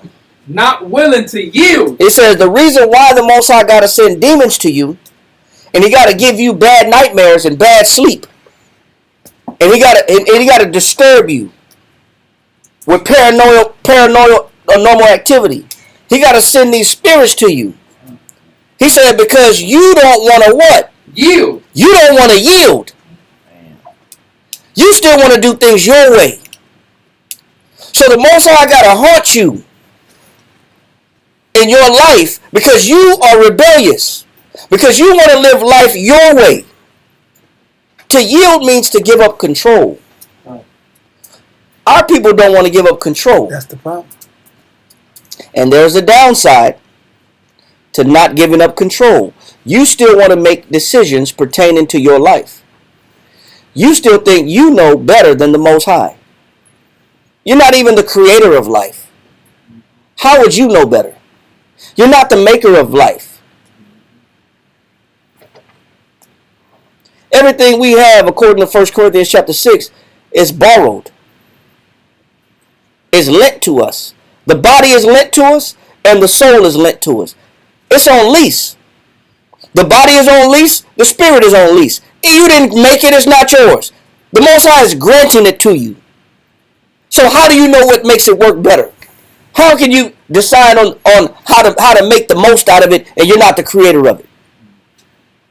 You don't want to yield, so the Most High sets up demons to taunt your life because you don't want to yield. And those demons sometimes are in negative people. Them apparitions aren't just visions. Those apparitions are in people. People become demons to you. People become negative to you. We know the scriptures say, it says lest the righteous put forth their hand towards iniquity. It says no harm shall come unto them. But unless they put forth their hand. Yeah, I don't got nothing to worry about. Until you touch something. Until I'm touching dirt. I'm touching negative. I'm touching sin. The minute I start touching sin, he says, no harm shall come upon them. Then obviously the harm is coming. And the specters come. And the specters are coming. Yeah. He said the ways of man is what? Just crazy dreams. Yeah. Some people have some real crazy dreams. No sleep, bro. Terrorized in my sleep. Scared to go like Freddy Krueger. Paralysis. Scared to go to sleep. Yeah. Read. Come. The way of man is forward and strange. It said the way of man is forward and what? And strange. What's the fourth definition of strange? Strange. Fourth definition. Wonderful. Causing surprise. Exciting curiosity. No, read on in the fourth. It says, it is strange that men. It says it is strange. When the Most High says man's ways are forward and strange, meaning man don't like to yield control. They don't like to give up control of their life. And he says he also calls it strange, meaning what? It says, it is strange that men will not receive improvement. It says it is strange because man will not receive what? Improvement. You could have, the Most High has the best life waiting for us to live, but we deny the improvement. Right. The Most High be having a good life set up for us. All he does is he just wants you to make a couple changes in your life. He says, it is strange that man what? It says, it is strange that men will not receive improvement when it is shown to be improvement. Damn, the improvement is shown to be better. It's proven. It's proven to work. It's proven to work. As people have the same exact life you have. Same age. Same ambition. Same amount of experience. Same height. Same t-shirt. Same likes. And they're making the spiritual choices, and they're getting the benefit of the spiritual choices. You're watching people. You're watching after pictures. You're next to after pictures. Current pictures. Current pictures. You're with the working product. You're watching people live the life you want to live. You know what sparks us after that? Jealousy, envy, hate. Yep. How come she gets that kind of job? How come she gets that kind of man? How come he gets that kind of woman? How come he drive that kind of car? How come he get that kind of house? You know, all we do is look at how come I'm not? But the Most High set that up The Most High said that He will make us jealous in Romans 11 with a no people. A no people. He said He'll bring jealous. He'll cause us to be jealous to Him that is of a no people. Yeah. The Most High will intentionally make you jealous. Provoke you under jealousy. To provoke you to jealousy. Is that where your doors and windows start opening? No, that's when you're angry because other people have a better life than you, and they're not doing much different than what you're doing, and you can't see the difference in the lifestyle. What makes this person deserve to get what they got? And it bothers me to watch somebody have something I don't have. Well, the Most High will tweak it that way. He'll design it that way. Because this way is proven to work. What you're doing is mystical. What you're doing is gambling. You're rolling dice with your life. You don't know what the hell your life is going to be like. That's what I'm saying. Yeah. Letting Satan in. Yeah, exactly. Because you don't know what you're doing with your life. You can't guarantee success in your life like you think you can. But the Most High said, listen, there is life, there is ways of living that has proven to work, and you still refuse to do what's proven already. Read that again, Kariah. Okay. Strange. 1828. Webster's Dictionary. It says, it is strange that men will not receive improvement when it is shown to be improvement. And the reason why the Most High has to send us strange visions is because man's ways is forward and strange. We don't want to give up control, and we don't want to follow the proven methods that work. So therefore, the Most High has to make life a shocker for us. A shocker. A major. Do we understand that? Roller coaster, right? 100%. So what is fear then? So then what is fear? Based on what we said so far. Based on the scripture we went over so far. Then what is fear then? The product of our deviation from the Heavenly Father. Boom. Yeah. Say it one more time and say it louder for the camera. So what is fear then? What is fear? The product of our deviation from the Heavenly Father. I put, this is my definition of what we based on what we read so far. Fear is a gift to a wicked person that is uneducated. Wow. It's a gift. It's a gift. It's a gift. I got something for you, man. And it's the feeling of alienation from the Most High. Wow. That's just my idea. That ain't the correct definition of fear. That's my mind's laughing, making me laugh. That's not the correct definition of fear. But what I sum it up as, I like what Ahmad said. What'd you say, Ahmad? What is fear then? The product of our deviation from the Most High. It's the product of our deviation from the Most High. I like that definition. That's all good. It's better than my definition, man. I'm trying to be sarcastic, man. Fear is a gift to a wicked person, man. Take that. Yes, sir. That's an excellent one. Listen, I like it mine's better. Now let's get the real definition of fear. Wisdom of Solomon 17:11. Or 12. God. No, verse 11. I'm sorry. Wisdom of Solomon, chapter 17, verse 11. For wickedness, condemned by her own witness. It said wickedness causes your conscience to condemn you, because wickedness is a witness against you. It stands trial against you. Read on. For wickedness, condemned by her own witness, is very timorous. It's very timorous. That word timorous means fearful of danger, destitute of courage. Yeah. So wickedness robs you of the courage and confidence that you're supposed to have in the Most High. Read on. And being pressed with conscience. And it presses down on your what? Conscience. It plagues your conscience. That's why you can't sleep. That's why you can't eat. That's why you don't have peace in your life, because it presses down on your conscience. Read on. Always forecasteth grievous things. And it always tells you things that are going to go wrong. It's forecast. It forecasts. That's that scary element, because the element is like, is this going to happen? I kind of feel like this is going to happen. Second guessing everything. I'm forecasting there's gonna be a bad event that I'm gonna end up suffering in the end. It's paranoia. It's extreme. That's a fail. That's a. It's not expecting a positive ending or a good. No. No, a peaceful conclusion. To forecast means it's telling you what's going to happen in advance. Yeah. Something bad is about to happen. Your own conscience knows that you've been wicked and you haven't been living right, and it's already warning you that bad things are coming your Literally way. knocking on the door. It's there. Yeah. On a small scale, I remember whenever I would sit here and have an attitude or go back and forth with brothers, I'd be looking over my shoulder driving to school. I'm like, I hope this carpet will get me right now. You start seeing everybody moving to the right side of the road. It's just you on that one little island. You got 2 strips of lanes, and you on that one island. And I hope this carpet will get me. Oh, you know what's gonna happen. But look, in the 2 times I knew I messed up the day before, and that morning going to school, I got hit at.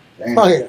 Every time. But that paranoia of knowing I'm about to get hit right now. And then when it happens, like, You gotta ride dirty Hey. for real. I ain't gonna say why you get stung by bees. oh, but the bees, you already know that story. Well, Twice. Bees, wise, it don't matter. Huh? Yeah, so, bad things happen when the mind is corrupted. Be glad it's Yeah, yes, I warn my dogs. Yes, I warn my scorpions. You gotta start looking at the house, make sure there ain't no spider up in there. Like, man, I'm kind of slipping right now. I don't know if I want to. There's a wasp nest right there. I don't know if I want to go inside. I'm not just about to go instead, man. I can't do this right now. Hey, the Most High said he'll activate these agents, Bro, Yep. that's real. and these are critters. Teeth of wild beasts. Teeth of wild beasts. I'm serpents. convinced that. I'm 100% convinced. Hey, we've seen scorpions drop out the ceiling on brothers' beds while they wake, fall right on them. Just for you. Yeah, the Most High dropped one right on you. Bro. Man, I had a ground. Can I say? Listen, wickedness. But the Most High is just still gracious because He lets you see it. He says, I don't want to do this to you. Now, we already know the smallest spider is a very dangerous spider, the brown recluse. Yeah. Coming from me on my bed. And something just told me it was actually coming from me. And when you get bit by them, Oh, you get a hole. they're not going to put you to sleep. They're going to dig in you. They have to actually dig in your flesh to get. Well, they dissolve your flesh. Yeah. The poison. Just before he was about to get me out, but because the Lord is he don't want to do it. Well, he will do it. He will. He will do it. But he just He gonna warn you a couple times. Yeah, but it's not like your conscience don't already know. Yeah, exactly. So your conscience is already expecting the evil. You're just looking to where it's going to come from. You don't know where it's coming from. Yeah. Like Hebrews 10 and 27 say, read that, Hebrews 10 and 27. That's funny. It's not funny, but it's real. Okay. That's real. Hebrews chapter 10, verse 27. Life gets spooky out when you're slipping out. Life gets real scary when you're not on point. When you're not living right. frightening. But it's made that way. Yeah, Hebrews 10:27. Somebody else? Hebrews chapter 10, verse 27. Correct. Give me that definition of conscious. 18:28. Read that. Oof. The verse? Hebrews. God. But if Hebrews 10:27. Perfect. But a certain fearful looking for of judgment. It says when you make a mistake, all that you're left with is an anticipation of judgment. That's scary. The Most High, your conscience knows that you made a mistake. Your conscience has forewarned you that something bad is going to happen. That's beautiful. Read. But a certain fearful looking for of judgment and fiery indignation. And you know the Most High is angry. Yeah. Yeah. And you're just waiting and waiting and waiting for the Most High to drop the hammer on you. It's the expectation that's the scary That's the killer, bro. Yeah. Now read that conscious. Conscious, 1828, Webster's Dictionary. It says, internal or self-knowledge. It says the conscious is internal and it's self-knowledge. The Most High gave you a conscience to keep you in check. Moreover, read on. Or judgment of right and wrong. It is a judgment of what? Right and wrong. When you do wrong, you don't need somebody to tell you did wrong. Your conscience is already standing as a prosecutor against you in a court of law. That's true. It is there to convict you that you've already done wrong. What we don't want to do is be honest. And that's why the Most High got to turn up the tribulation and the astonishment. And it's just the beginning of it. Because we don't know how to come clean and just say, you know what, I've been dirty. I ain't been living right. So the Most High got to activate these spirits, which he will, and which he does.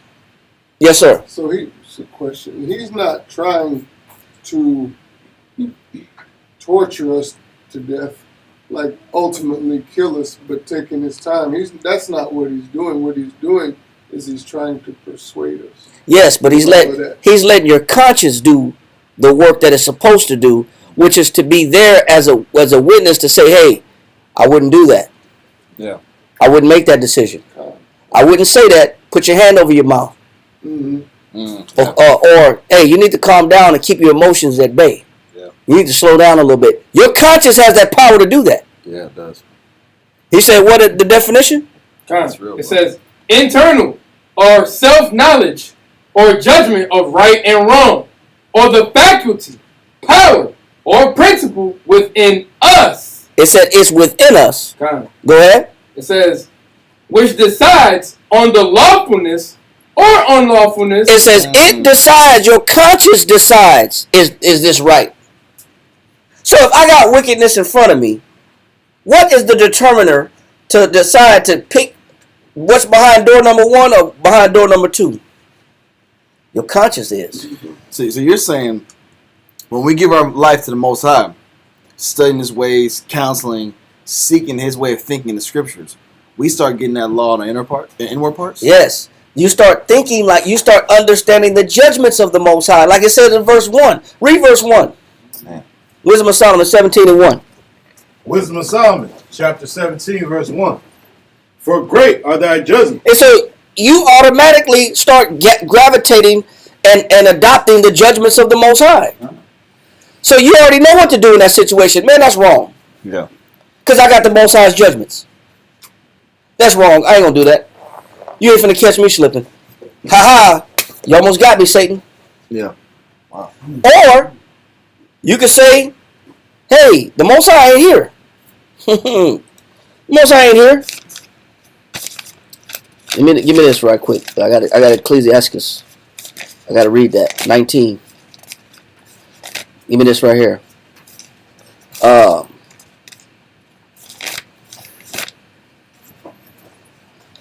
23 and 18. 23 and 17. Which one is that? Ecclesiastes 23 and 17.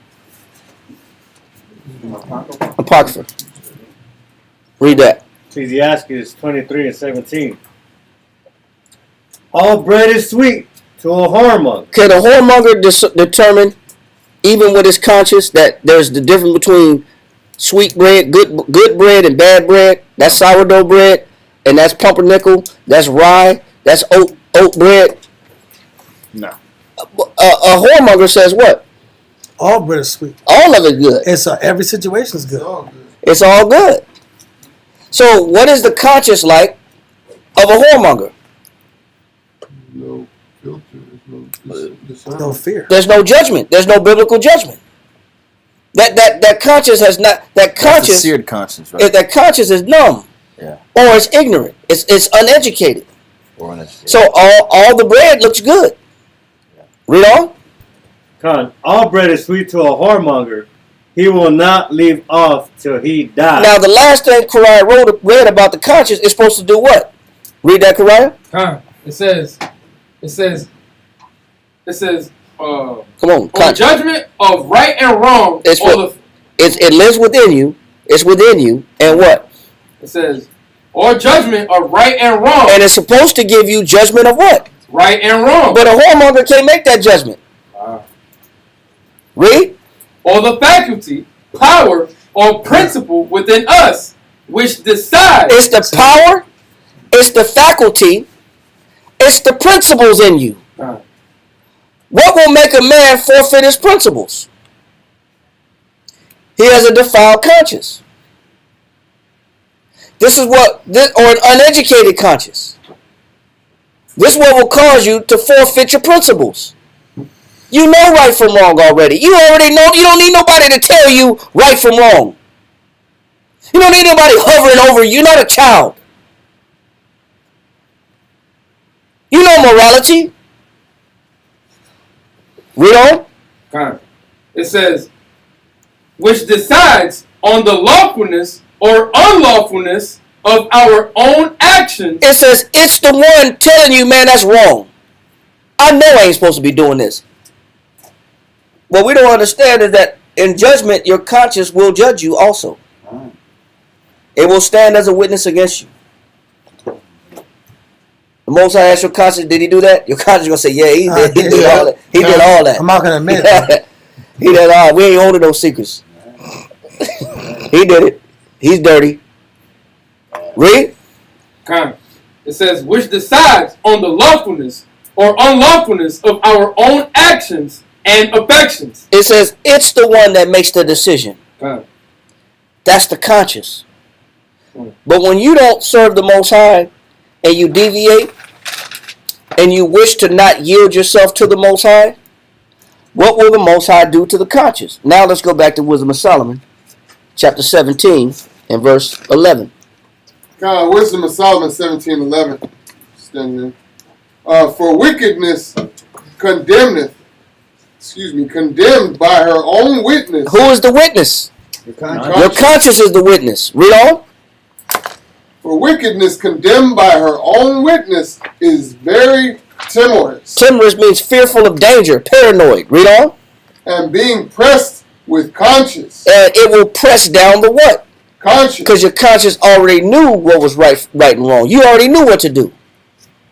Read on.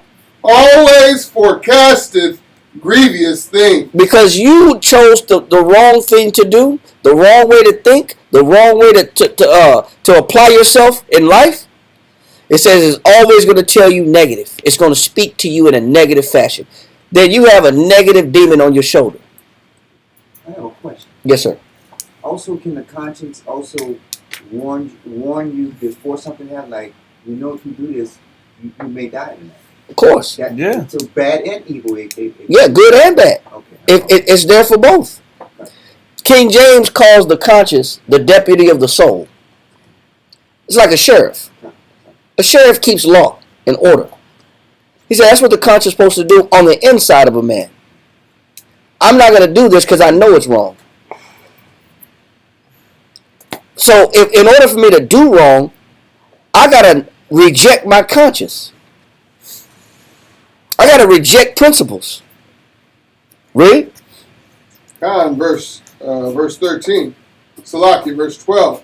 For fear is nothing else but a betraying of the succours which reason offereth. Now I inherit the idea that I'm alone and that the Most High is no longer with me. Now I know the Most High is angry. There's a certain level of dirt that you do, everybody does, when you know the Most High is not rocking with you. And you know the Most High is detached from you. Yes, sir. And the Most High, he said, rather choose life. He offered to choose for you to. Yeah, he was helping you. He was helping you make that choice. Everybody knows when the Most High is alienated from them and the Most High is departing from them. Yeah. Read on. Verse 13. And the expectation from within. Which is who? Your conscience. Go ahead. Being led. I don't see nothing positive about to happen. Read on. Counted the ignorance more than the cause which bringeth the torment. Which means that my conscience is so negative that I make the situation bigger than what it really is.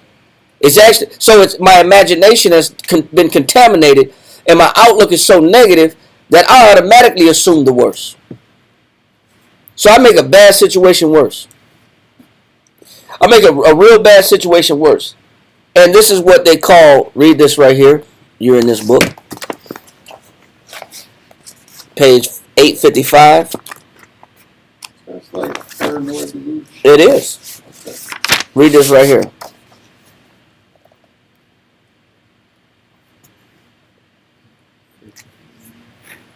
Start at verse 1.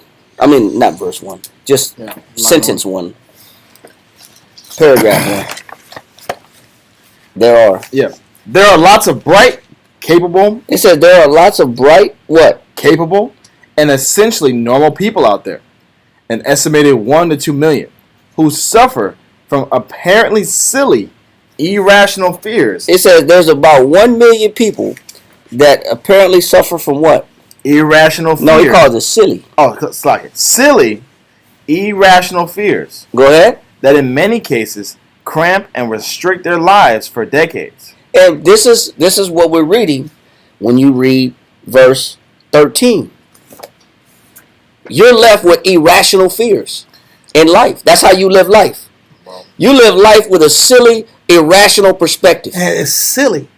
Listen. There's a guy named Silliest in Josephus in the Herod time period. Come on, man. I gotta go here. Come on, that. What makes him? He was beautiful though. Listen, I love this dude. The word silly comes from a man named Silliest. He's like a CEO. He handled the responsibility for an Arab king. The Arab king was a man that was inactive and real lazy and slothful, but was really smart. So he had a do-boy named Sillius that took care of all responsibilities. But Sillius would give false reports. 25 men were killed. He went to Caesar of Rome and told Caesar of Rome there was 2,500 men were killed. And what happened was it got the Roman emperor so angry that he started to go to war with the men that were under him, because they went to war with him, which was Silliest, without permission, without confirmation. But in the end, because Silliest kept giving these extreme reports, 25 men died, he said 2,500. Yeah. And every situation he said, he would inflate numbers, he would inflate situations, he would make things extreme. And then, when everything came to pass and you found out that these reports were false reports and they were inflated reports, then Caesar put Sillius to death. That's why I say you're being silly. You're inflating things and making things extreme unnecessarily. And it leads to death. I know a brother just on that topic where he couldn't even function if he saw lettuce.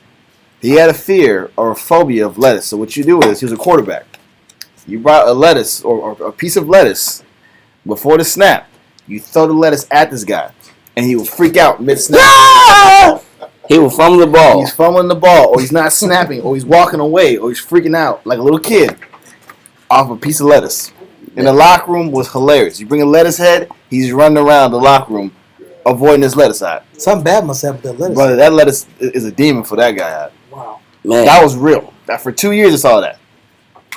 At first, that was a joke, but after 2 years, he going strong, messing with his lettuce eye. Nah, bro, it ain't no joke. This guy's really about this lettuce, bro. He's scared of this lettuce eye. Man, I know my stepdad used to torment me with riddles that I didn't understand. Man, that's hectic, guy.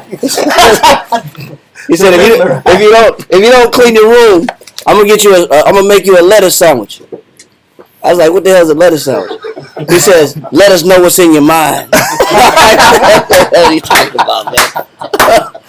I'm like, it's torture with riddles, man. I got a lettuce phobia too, guys. That's crazy. But he's explaining that read it one more time. I'm sorry. There are lots of bright, capable, and essentially normal people out there, an estimated 1 to 2 million, who suffer from apparently silly, irrational fears that in many cases cramp and restrict their lives for decades. It cramps and restricts their life for what? Decades. And it's something irrational, something silly. Read verse 13. Verse 13. Well, Wisdom of Solomon 17:13. Man. And the expectation from within being less counted the ignorance more than the cause, which bringeth the torment. And that's what the Most High set up. That's part of a phobia. Is the fact that you inflate the situation and make it bigger than what it is, to where your life is not living, your life is cramped. Your life is restricted because of these fears. There's different levels to this fear. Read on. Verse 14. But they sleeping the same sleep that night, which was indeed intolerable. It says when you avoid the Most High, and you cause the Most High to have to bring these phobias to you, the Most High will plague your sleep. Yeah. Insomnia. These are horror movies. The Most High will plague your sleep because you're not living right. You're not yielding. You're not giving him something he wants. You're ignoring him. Read on. And which came upon them out of the bottoms of inevitable hell. Yeah. Demons, bro. Hell. Yeah. Read on. Verse 15. Were partly vexed with monstrous apparitions. And this is where the apparitions come from. This is where the spirits come from. Yeah. Read on. And partly fainted, their heart failing them for a sudden fear. And they said that sudden fear, which is panic attacks. Yeah. Read on. And for a sudden fear and not looked for came upon them. I didn't expect this. This is anxiety. I didn't expect this to happen to me. It was unexpected. Read on. Verse 16.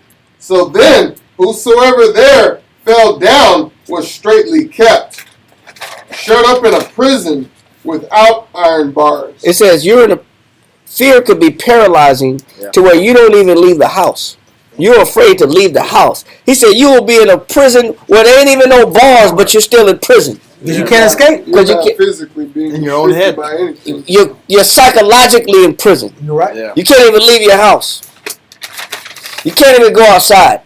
You can't be in crowds. You can't be in crowded places. You can't be in public spaces. He said the Most High will introduce this to you. Well, fear will paralyze you. All this because you're not living right. Read on. Verse 17. For whether he were husbandman or shepherd or a laborer in the field, Hard labor done. he was overtaken and endured that necessity, Go ahead. which could not be avoided. And when the Most High got these phobias and these fears designed for you, you can't avoid them. They're coming. They can't be avoided. You can try to put your mind on something else. Once you do negative, you can try to put your mind on something else. Yeah. I'm trying to think about something else. I'm trying to put my mama watch TV. You can do all these other things, but that doesn't change the fact that the negative is coming. Yeah. It's unavoidable. Read on. For they were all bound with one chain of darkness. It said because the Most High will put that veil of that darkness on you, which is that anxiety, man. But this is a result to, like Ahmad said. What is your definition of fear? I like your definition better. The product of the Deviation. the product of deviating from the Most High, Right. Now, what I realized, of our deviation. From the Most High. I have personally felt this level of anxiety. Now, and I can understand where this anxiety comes from. I can understand that because I've been in them shoes of being negative, and I'm a witness to the fact that you can't sleep right, you can't live right, and you will not be at peace when you do dirt. No. You will not be at peace, and the Most High will make sure that you're not at peace. Because we don't have enough humility to admit we made a mistake and we've lost our way and we've deviated. Give me this right here. Read this right here. Phobia experts. Okay. Phobia experts and former phobics told us that the symptoms of a panic attack, coincidentally or not, are very similar to those of hypoglycemia. Hypoglycemia, which is low blood sugar. Okay. So those symptoms are very similar. Now, some panic attacks and anxiety disorders, are brought upon by doing negative. Some are brought upon by bad eating. Low blood sugar and anxiety attacks have something in common. Bad eating, bad dieting, and panic attacks, irrational thinking, have something in common. Read on. It says, in both cases, blood rushes from the victim's brains to his limbs, causing lightheadedness. It says when the person has a panic attack, and also when a person has low blood sugar, they both have what? Lightheadedness. What else? The typical diet Read down. Yeah, just read on. Keep reading. I'm telling you The stuff. typical diet of someone who comes to see us includes 8 to 10 cups of coffee a day. What do they drink every day? 8 to 10 cups of coffee a day. So when some of these panic attacks and anxiety is chemically induced. Yeah. And brought on by bad choices. Because the chemical ends up altering their personality expression. When you put a certain chemical, that certain chemical has an effect. Even in music, you know that. There's certain music under the influence of heroin, it has a certain sound to it, has a certain tone to it. Then there's influence, that's like jazz under the influence of heroin, has a real sad, somber tone to it. There's jazz that's on acid jazz. Yeah, people that do acid and there's no rhythm or rhyme. It's just, you're like, what are you doing? Like Thelonious Monk. Thelonious Monk is just going off on certain. It's still jazz, but under the influence of different chemicals, you have a whole different sound. Well, because you see the colors of the music. There's a different spectrum that music. You have to be chemically induced for most people to see the colors of music. Like there are some people out there of recognition that can see, they can identify music sounds with colors. Right. Patterns. Yeah, it's patterns. Purple Haze. Yeah. He would put his whatever he had, his drug of choice. His drug of choice is LSD. He put it in his headband, and he would just put his head back and he going in. He be in another world. Yeah. He be in a whole other world. Yeah. So personality expression does change, like what you're saying, based on what chemical people are using. Even rappers. That rapper, what's his name? He had that album. He had a hat that said 3. Oh, that's Chance the Rapper. Chance the Rapper he did one whole album on acid. Yeah. And he did one whole album on. People do different forms of art based on that chemical, and you get a whole different product because it changes the personality expression. Yep. And this is chemically induced, where that person's no longer the same. Read. Okay, it says the typical diet of someone who comes to see us includes 8 to 10 cups of coffee a day. It said the typical person that's overwhelmed with anxiety also just so happens to be downing and killing 8 to 10 cups of coffee a day. Yeah. I suffered my first panic attack when I was working in the mall and I was trying to stay awake, and I had Starbucks. I had the Starbucks discount. I knew the guy at Starbucks. Oh, you got hit. And I had the Starbucks hookup. Yeah. So I had unlimited free coffee. Oh man.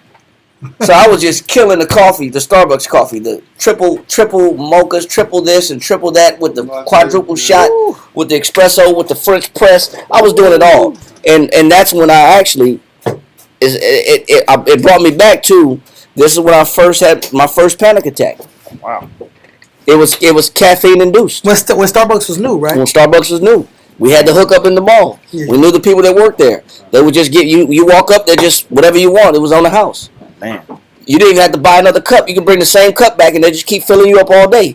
But there's a result to having that impulsive nature. Read on. It says lots of sweets and very Lots of what? Sweets. A lot of sugar. Yeah. A lot of people just want to eat a bunch of sugar.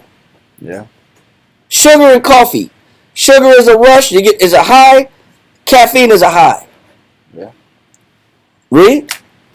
And very few slow release high protein foods. Slow release high protein food is meat, red meat, lean meat.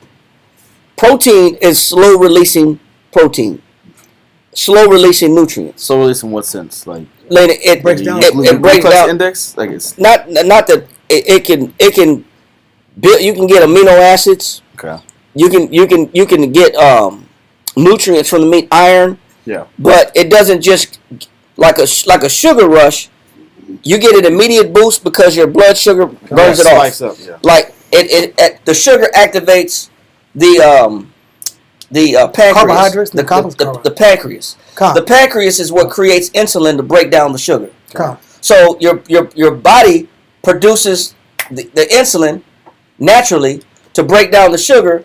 You get a sugar rush. Your body converts that into energy, and that's a quick burn. Starches are quick burns. Like breads, sweets, sugars, those are quick burns. Protein, that's a slow releasing mineral where your body can eat off that, and it doesn't just give you energy for a quick moment and then you crash 5 minutes later. It gives you endurance and stamina. Matter of fact, I'm gonna read this right here. Read this for me, Dawiyat.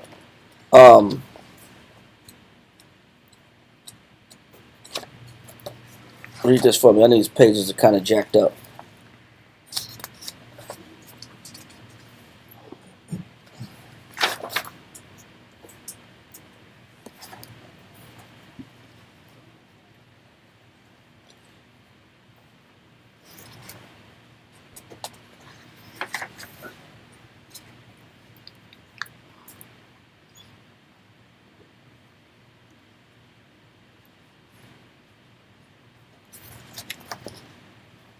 Read this right here. Basilicon Duran. And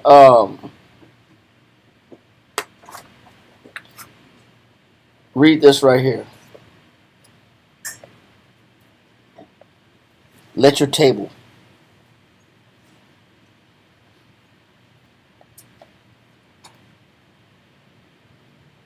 Let your table right there. Page 156. And sister, Shalom says online, can another be diagnosed with bipolar disorder, another type of negative, because I'm not close to the Most High? Well, the disorders, the disorders, and this is what we're bringing out, is that all disorders are a form of disease that need treatment. We're not saying that disorders cannot be treated by modern medicine. Some disorders do need modern medicine, but the ultimate medicine, the ultimate healing, comes from our ultimate confidence in the Most High.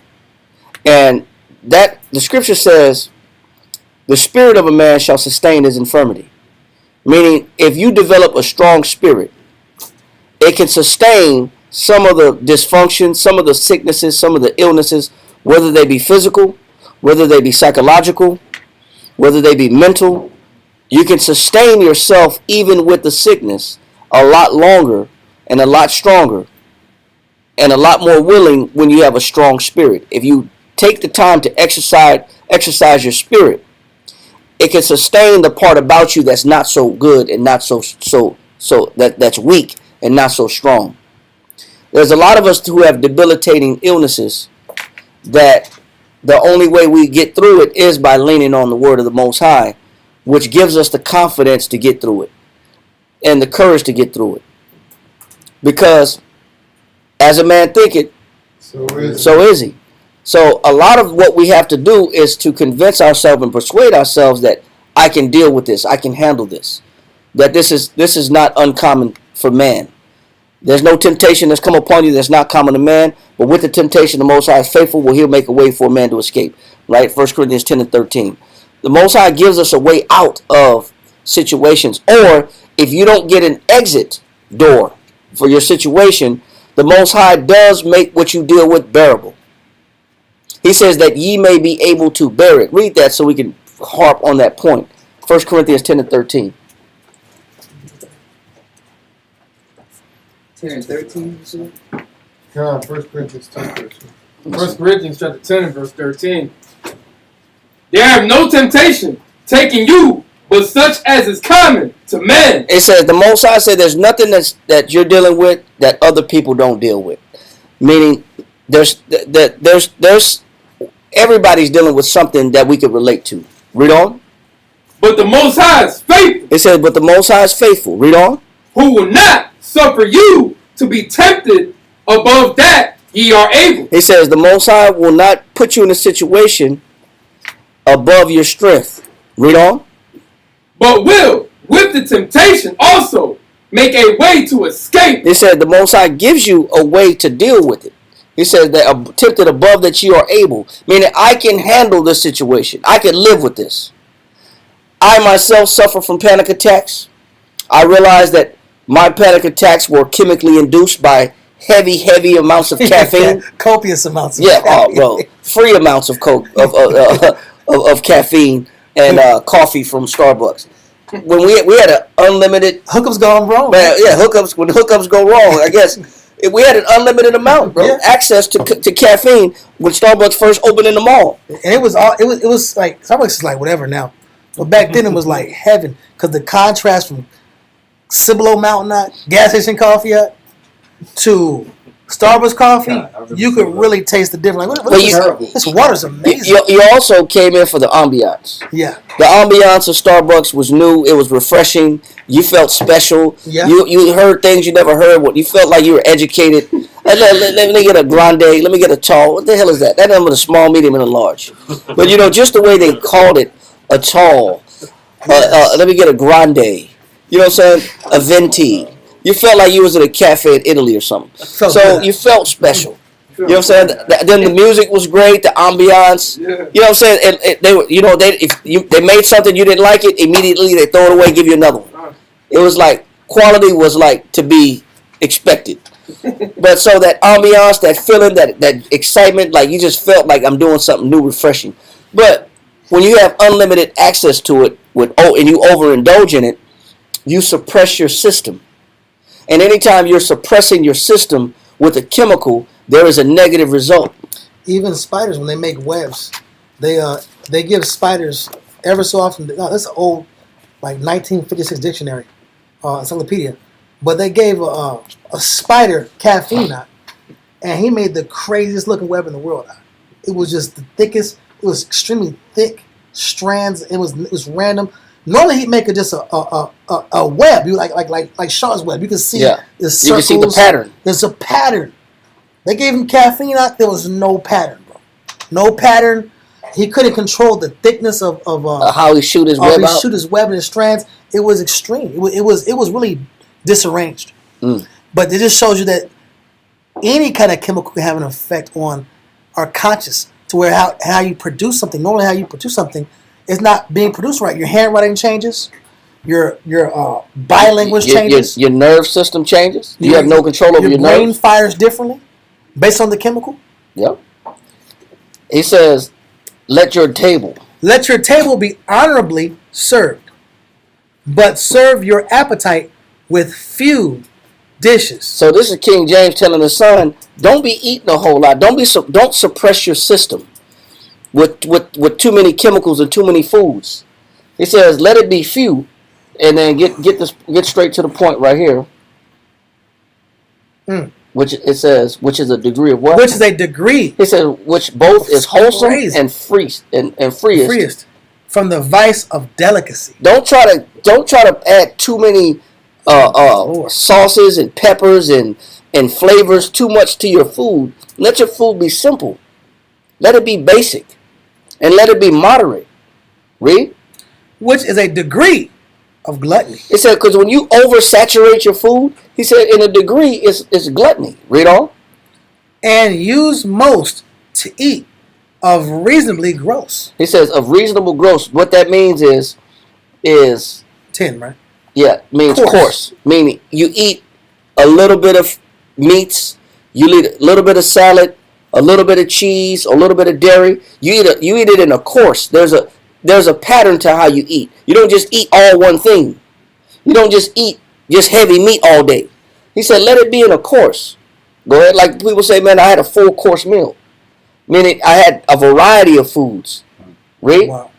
And common meats. He said, go ahead. As well for making your body strong. So when you have slow release meats make the body what?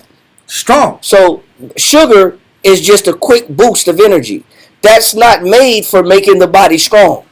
Eating a bunch of sweets and cookies and dainties is not made for making the body strong. That's just made for a quick boost of energy that you burn off and that your body just goes through it and then you deplete, you crash. Read. And durable for travail. It says you're supposed to eat meat, which makes your body durable, which makes your body strong. That's what protein does. It's a slow releasing enzyme. Go ahead. For travail. For work. At all occasions. So for work, you're not supposed to be eating sweets to get a boost for work. Meats give you a boost. Okay. Protein gives you a boost. Protein actually offsets the sugar level.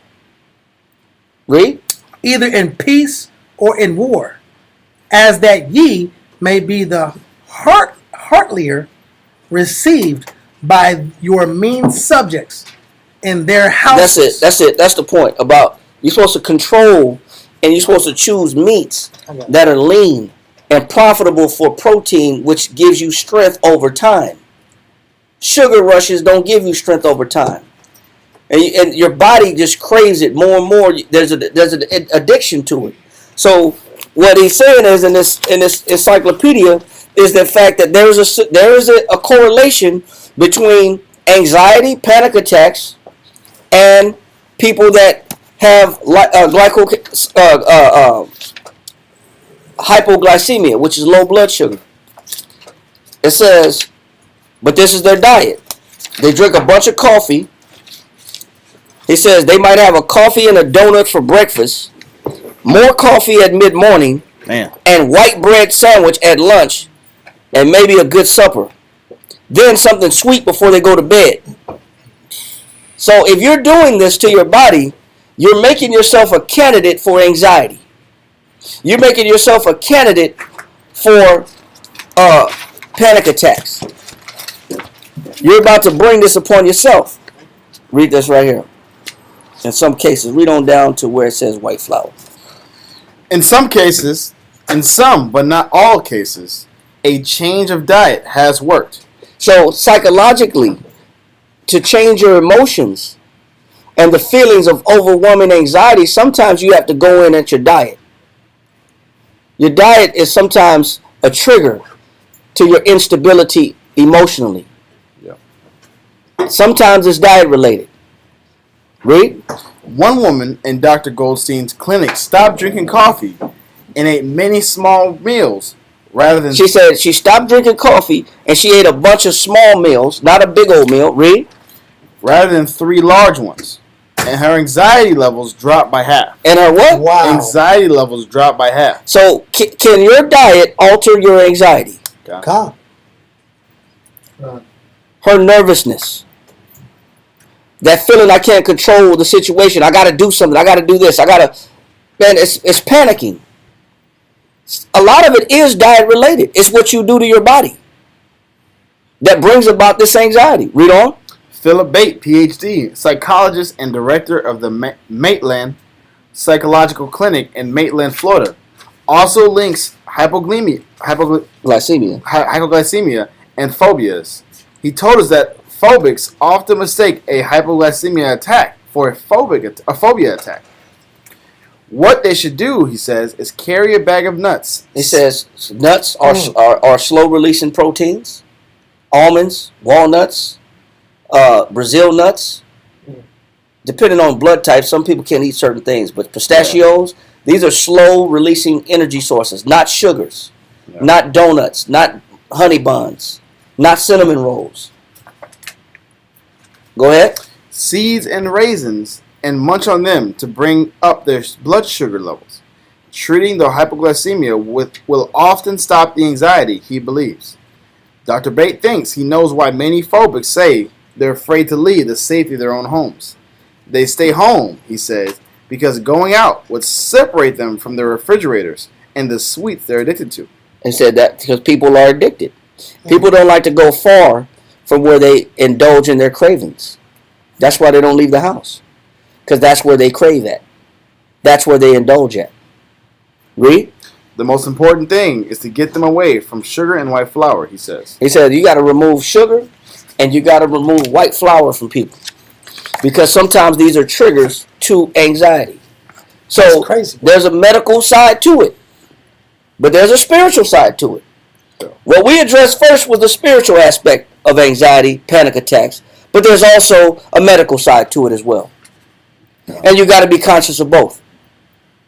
You got to be conscious of what you put in your body, what you eat, how you eat. And I want you to read this too. And we're going to go ahead and end the class with this right here. Let me just read this one more piece.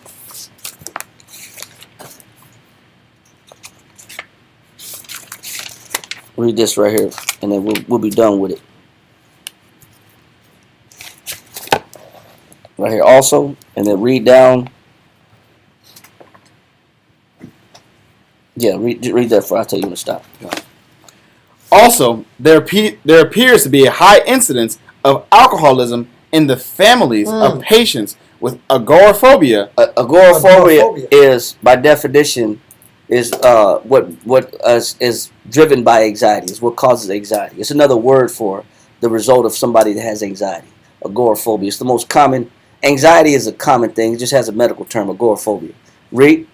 So also there appears to be a high incidence of alcoholism in the families of patients with agoraphobia. So if you have a family that has continuously have been indulging in alcohol in particular, then those families hereditarily, genetically, also have a high risk of running into anxiety issues. They go together. Anxiety issues, depression, and alcoholism go together. Panic attacks, not being able to control your thoughts, and alcoholism go together. Read on. Because you're always inflicting the conscious side with chemical or. Yeah, finish that. It says it's always a different chemical affecting the conscious. God, you're being chemically bombarded. You're being bombarded with sugar, with caffeine, with alcohol. You're suppressing your system. Yeah. With chemicals, and you wonder why there's no mental stability, and you wonder why there's no emotional stability. And what's crazy, such one, just bring it out, because we see people like you go down the street, somebody on methamphetamines. It's obvious to see that they're afflicted with the chemical substance. You can see. I saw a lady this morning. She was walking across the street. I thought she was gonna get hit by a car. She was just talking to herself in her own world, walking across the street, and she was having a whole conversation. You're like, she might just get hit by a van or a car because she's in she's enthralled in a conversation with herself. She's engulfed. But that's just an extreme chemical. But there's chemicals that aren't extreme that have the same effect. They have damaging effects to the psyche. But they still have an effect on the psyche. Yep. And people don't understand. Now imagine if I'm eating sweets and sugar and coffee and alcohol. Oh yeah. Oh man, asking for it. And I'm wicked. And they put it together. And I'm wicked. Incredible Hulk. Yeah. Never mind. That's why they call it Incredible Hulk. Yeah. I've had the bad experiences on those sides. Yeah, read on down and we're going to finish it up. Particularly those who also have panic attacks. Yeah. Women in their late teens or 20s are the most likely candidates. It says women in their late teens and 20s, meaning their brain is not fully developed yet. Read on. Candidates for agoraphobia. It says these women are candidates for anxiety attacks. Why? Read on.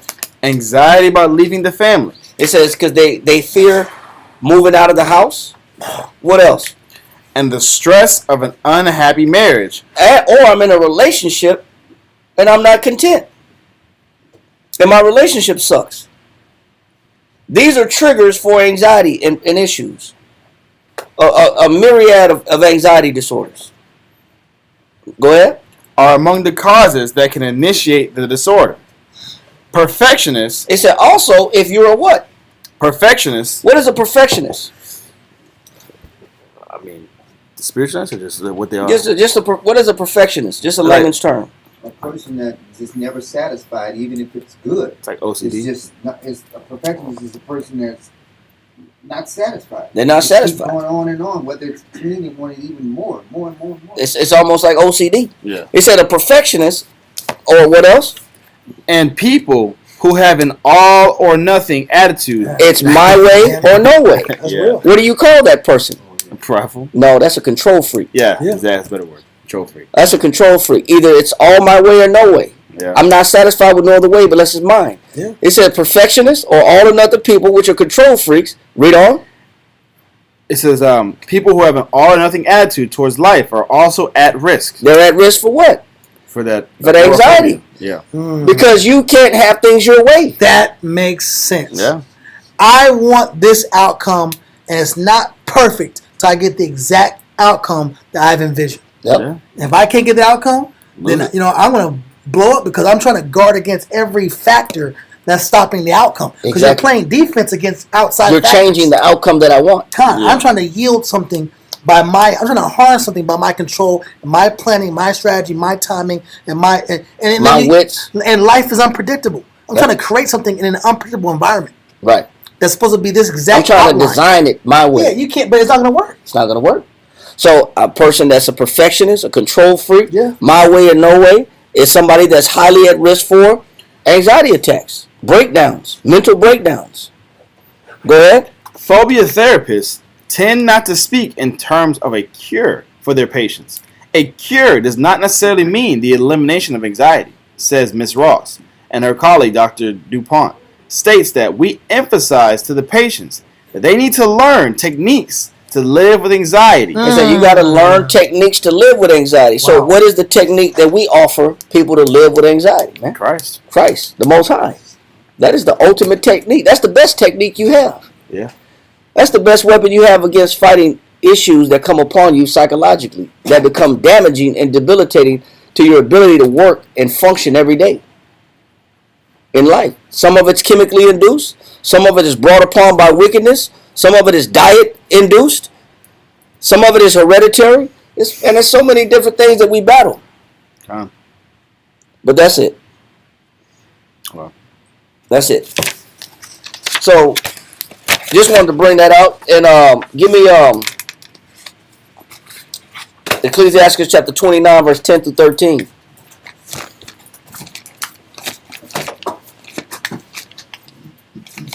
Ecclesiastes chapter 29, 12 through 13. 10 through 13. 10 through 13. Yes, sir. Ecclesiastes 29, verse 10.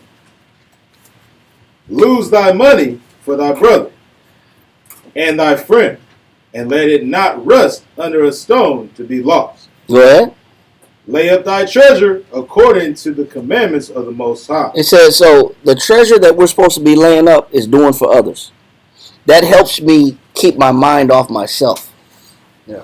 When I make my mind, I gear my mind about doing things for other people. It helps me take my mind off of just the problems that I have, that I got going on, that I'm surrounded with. The best way to deal with anxiety or this overwhelming panic is to convert my attention to something that benefits people. Get my mind off of just what ails me. Because the more you think about it, the more you engulf by it. Read. And it shall bring thee more profit than gold. It said it's very beneficial by redirecting your mind to people, other people, outside yourself. Read. Shut up alms in thy storehouses, and it shall deliver thee from all affliction. And whatever you're afflicted with, one way of dealing with it is adding a bunch of alms to the table. Going above and beyond and extending yourself to people helps you be delivered from your own personal affliction as a remedy. That's a solution, is to get away from yourself. Stop feeding yourself with what you want or the way you see things. Whether it be indulgences, whether it be bad habits, whether it be addiction, whether it be negative, do for other people. And that will help you deliver you from all afflictions that you deal with. Mentally, psychologically, become a giver. Become somebody that gives and looks after the care of other people. Get outside yourself. So with that, we're going to go ahead and say shalom. Call it a day. Hopefully it wasn't too much, but there is a part 2. There is a part 2 to this. The part 2 of this is the decisions and how they affect the personality. And we're going to get into that next week. All right. So with that, we're going to go ahead and say shalom. I hope everybody have a good night, and we'll catch you on Friday. You want to say something? Oh no, I was just saying Buzz House got to find a ride. Okay, no problem. If you can give Buzz House a ride. All right. Shalom, everybody online, the water, Sure. and we'll see Friday. All right. Most High willing. Shalom.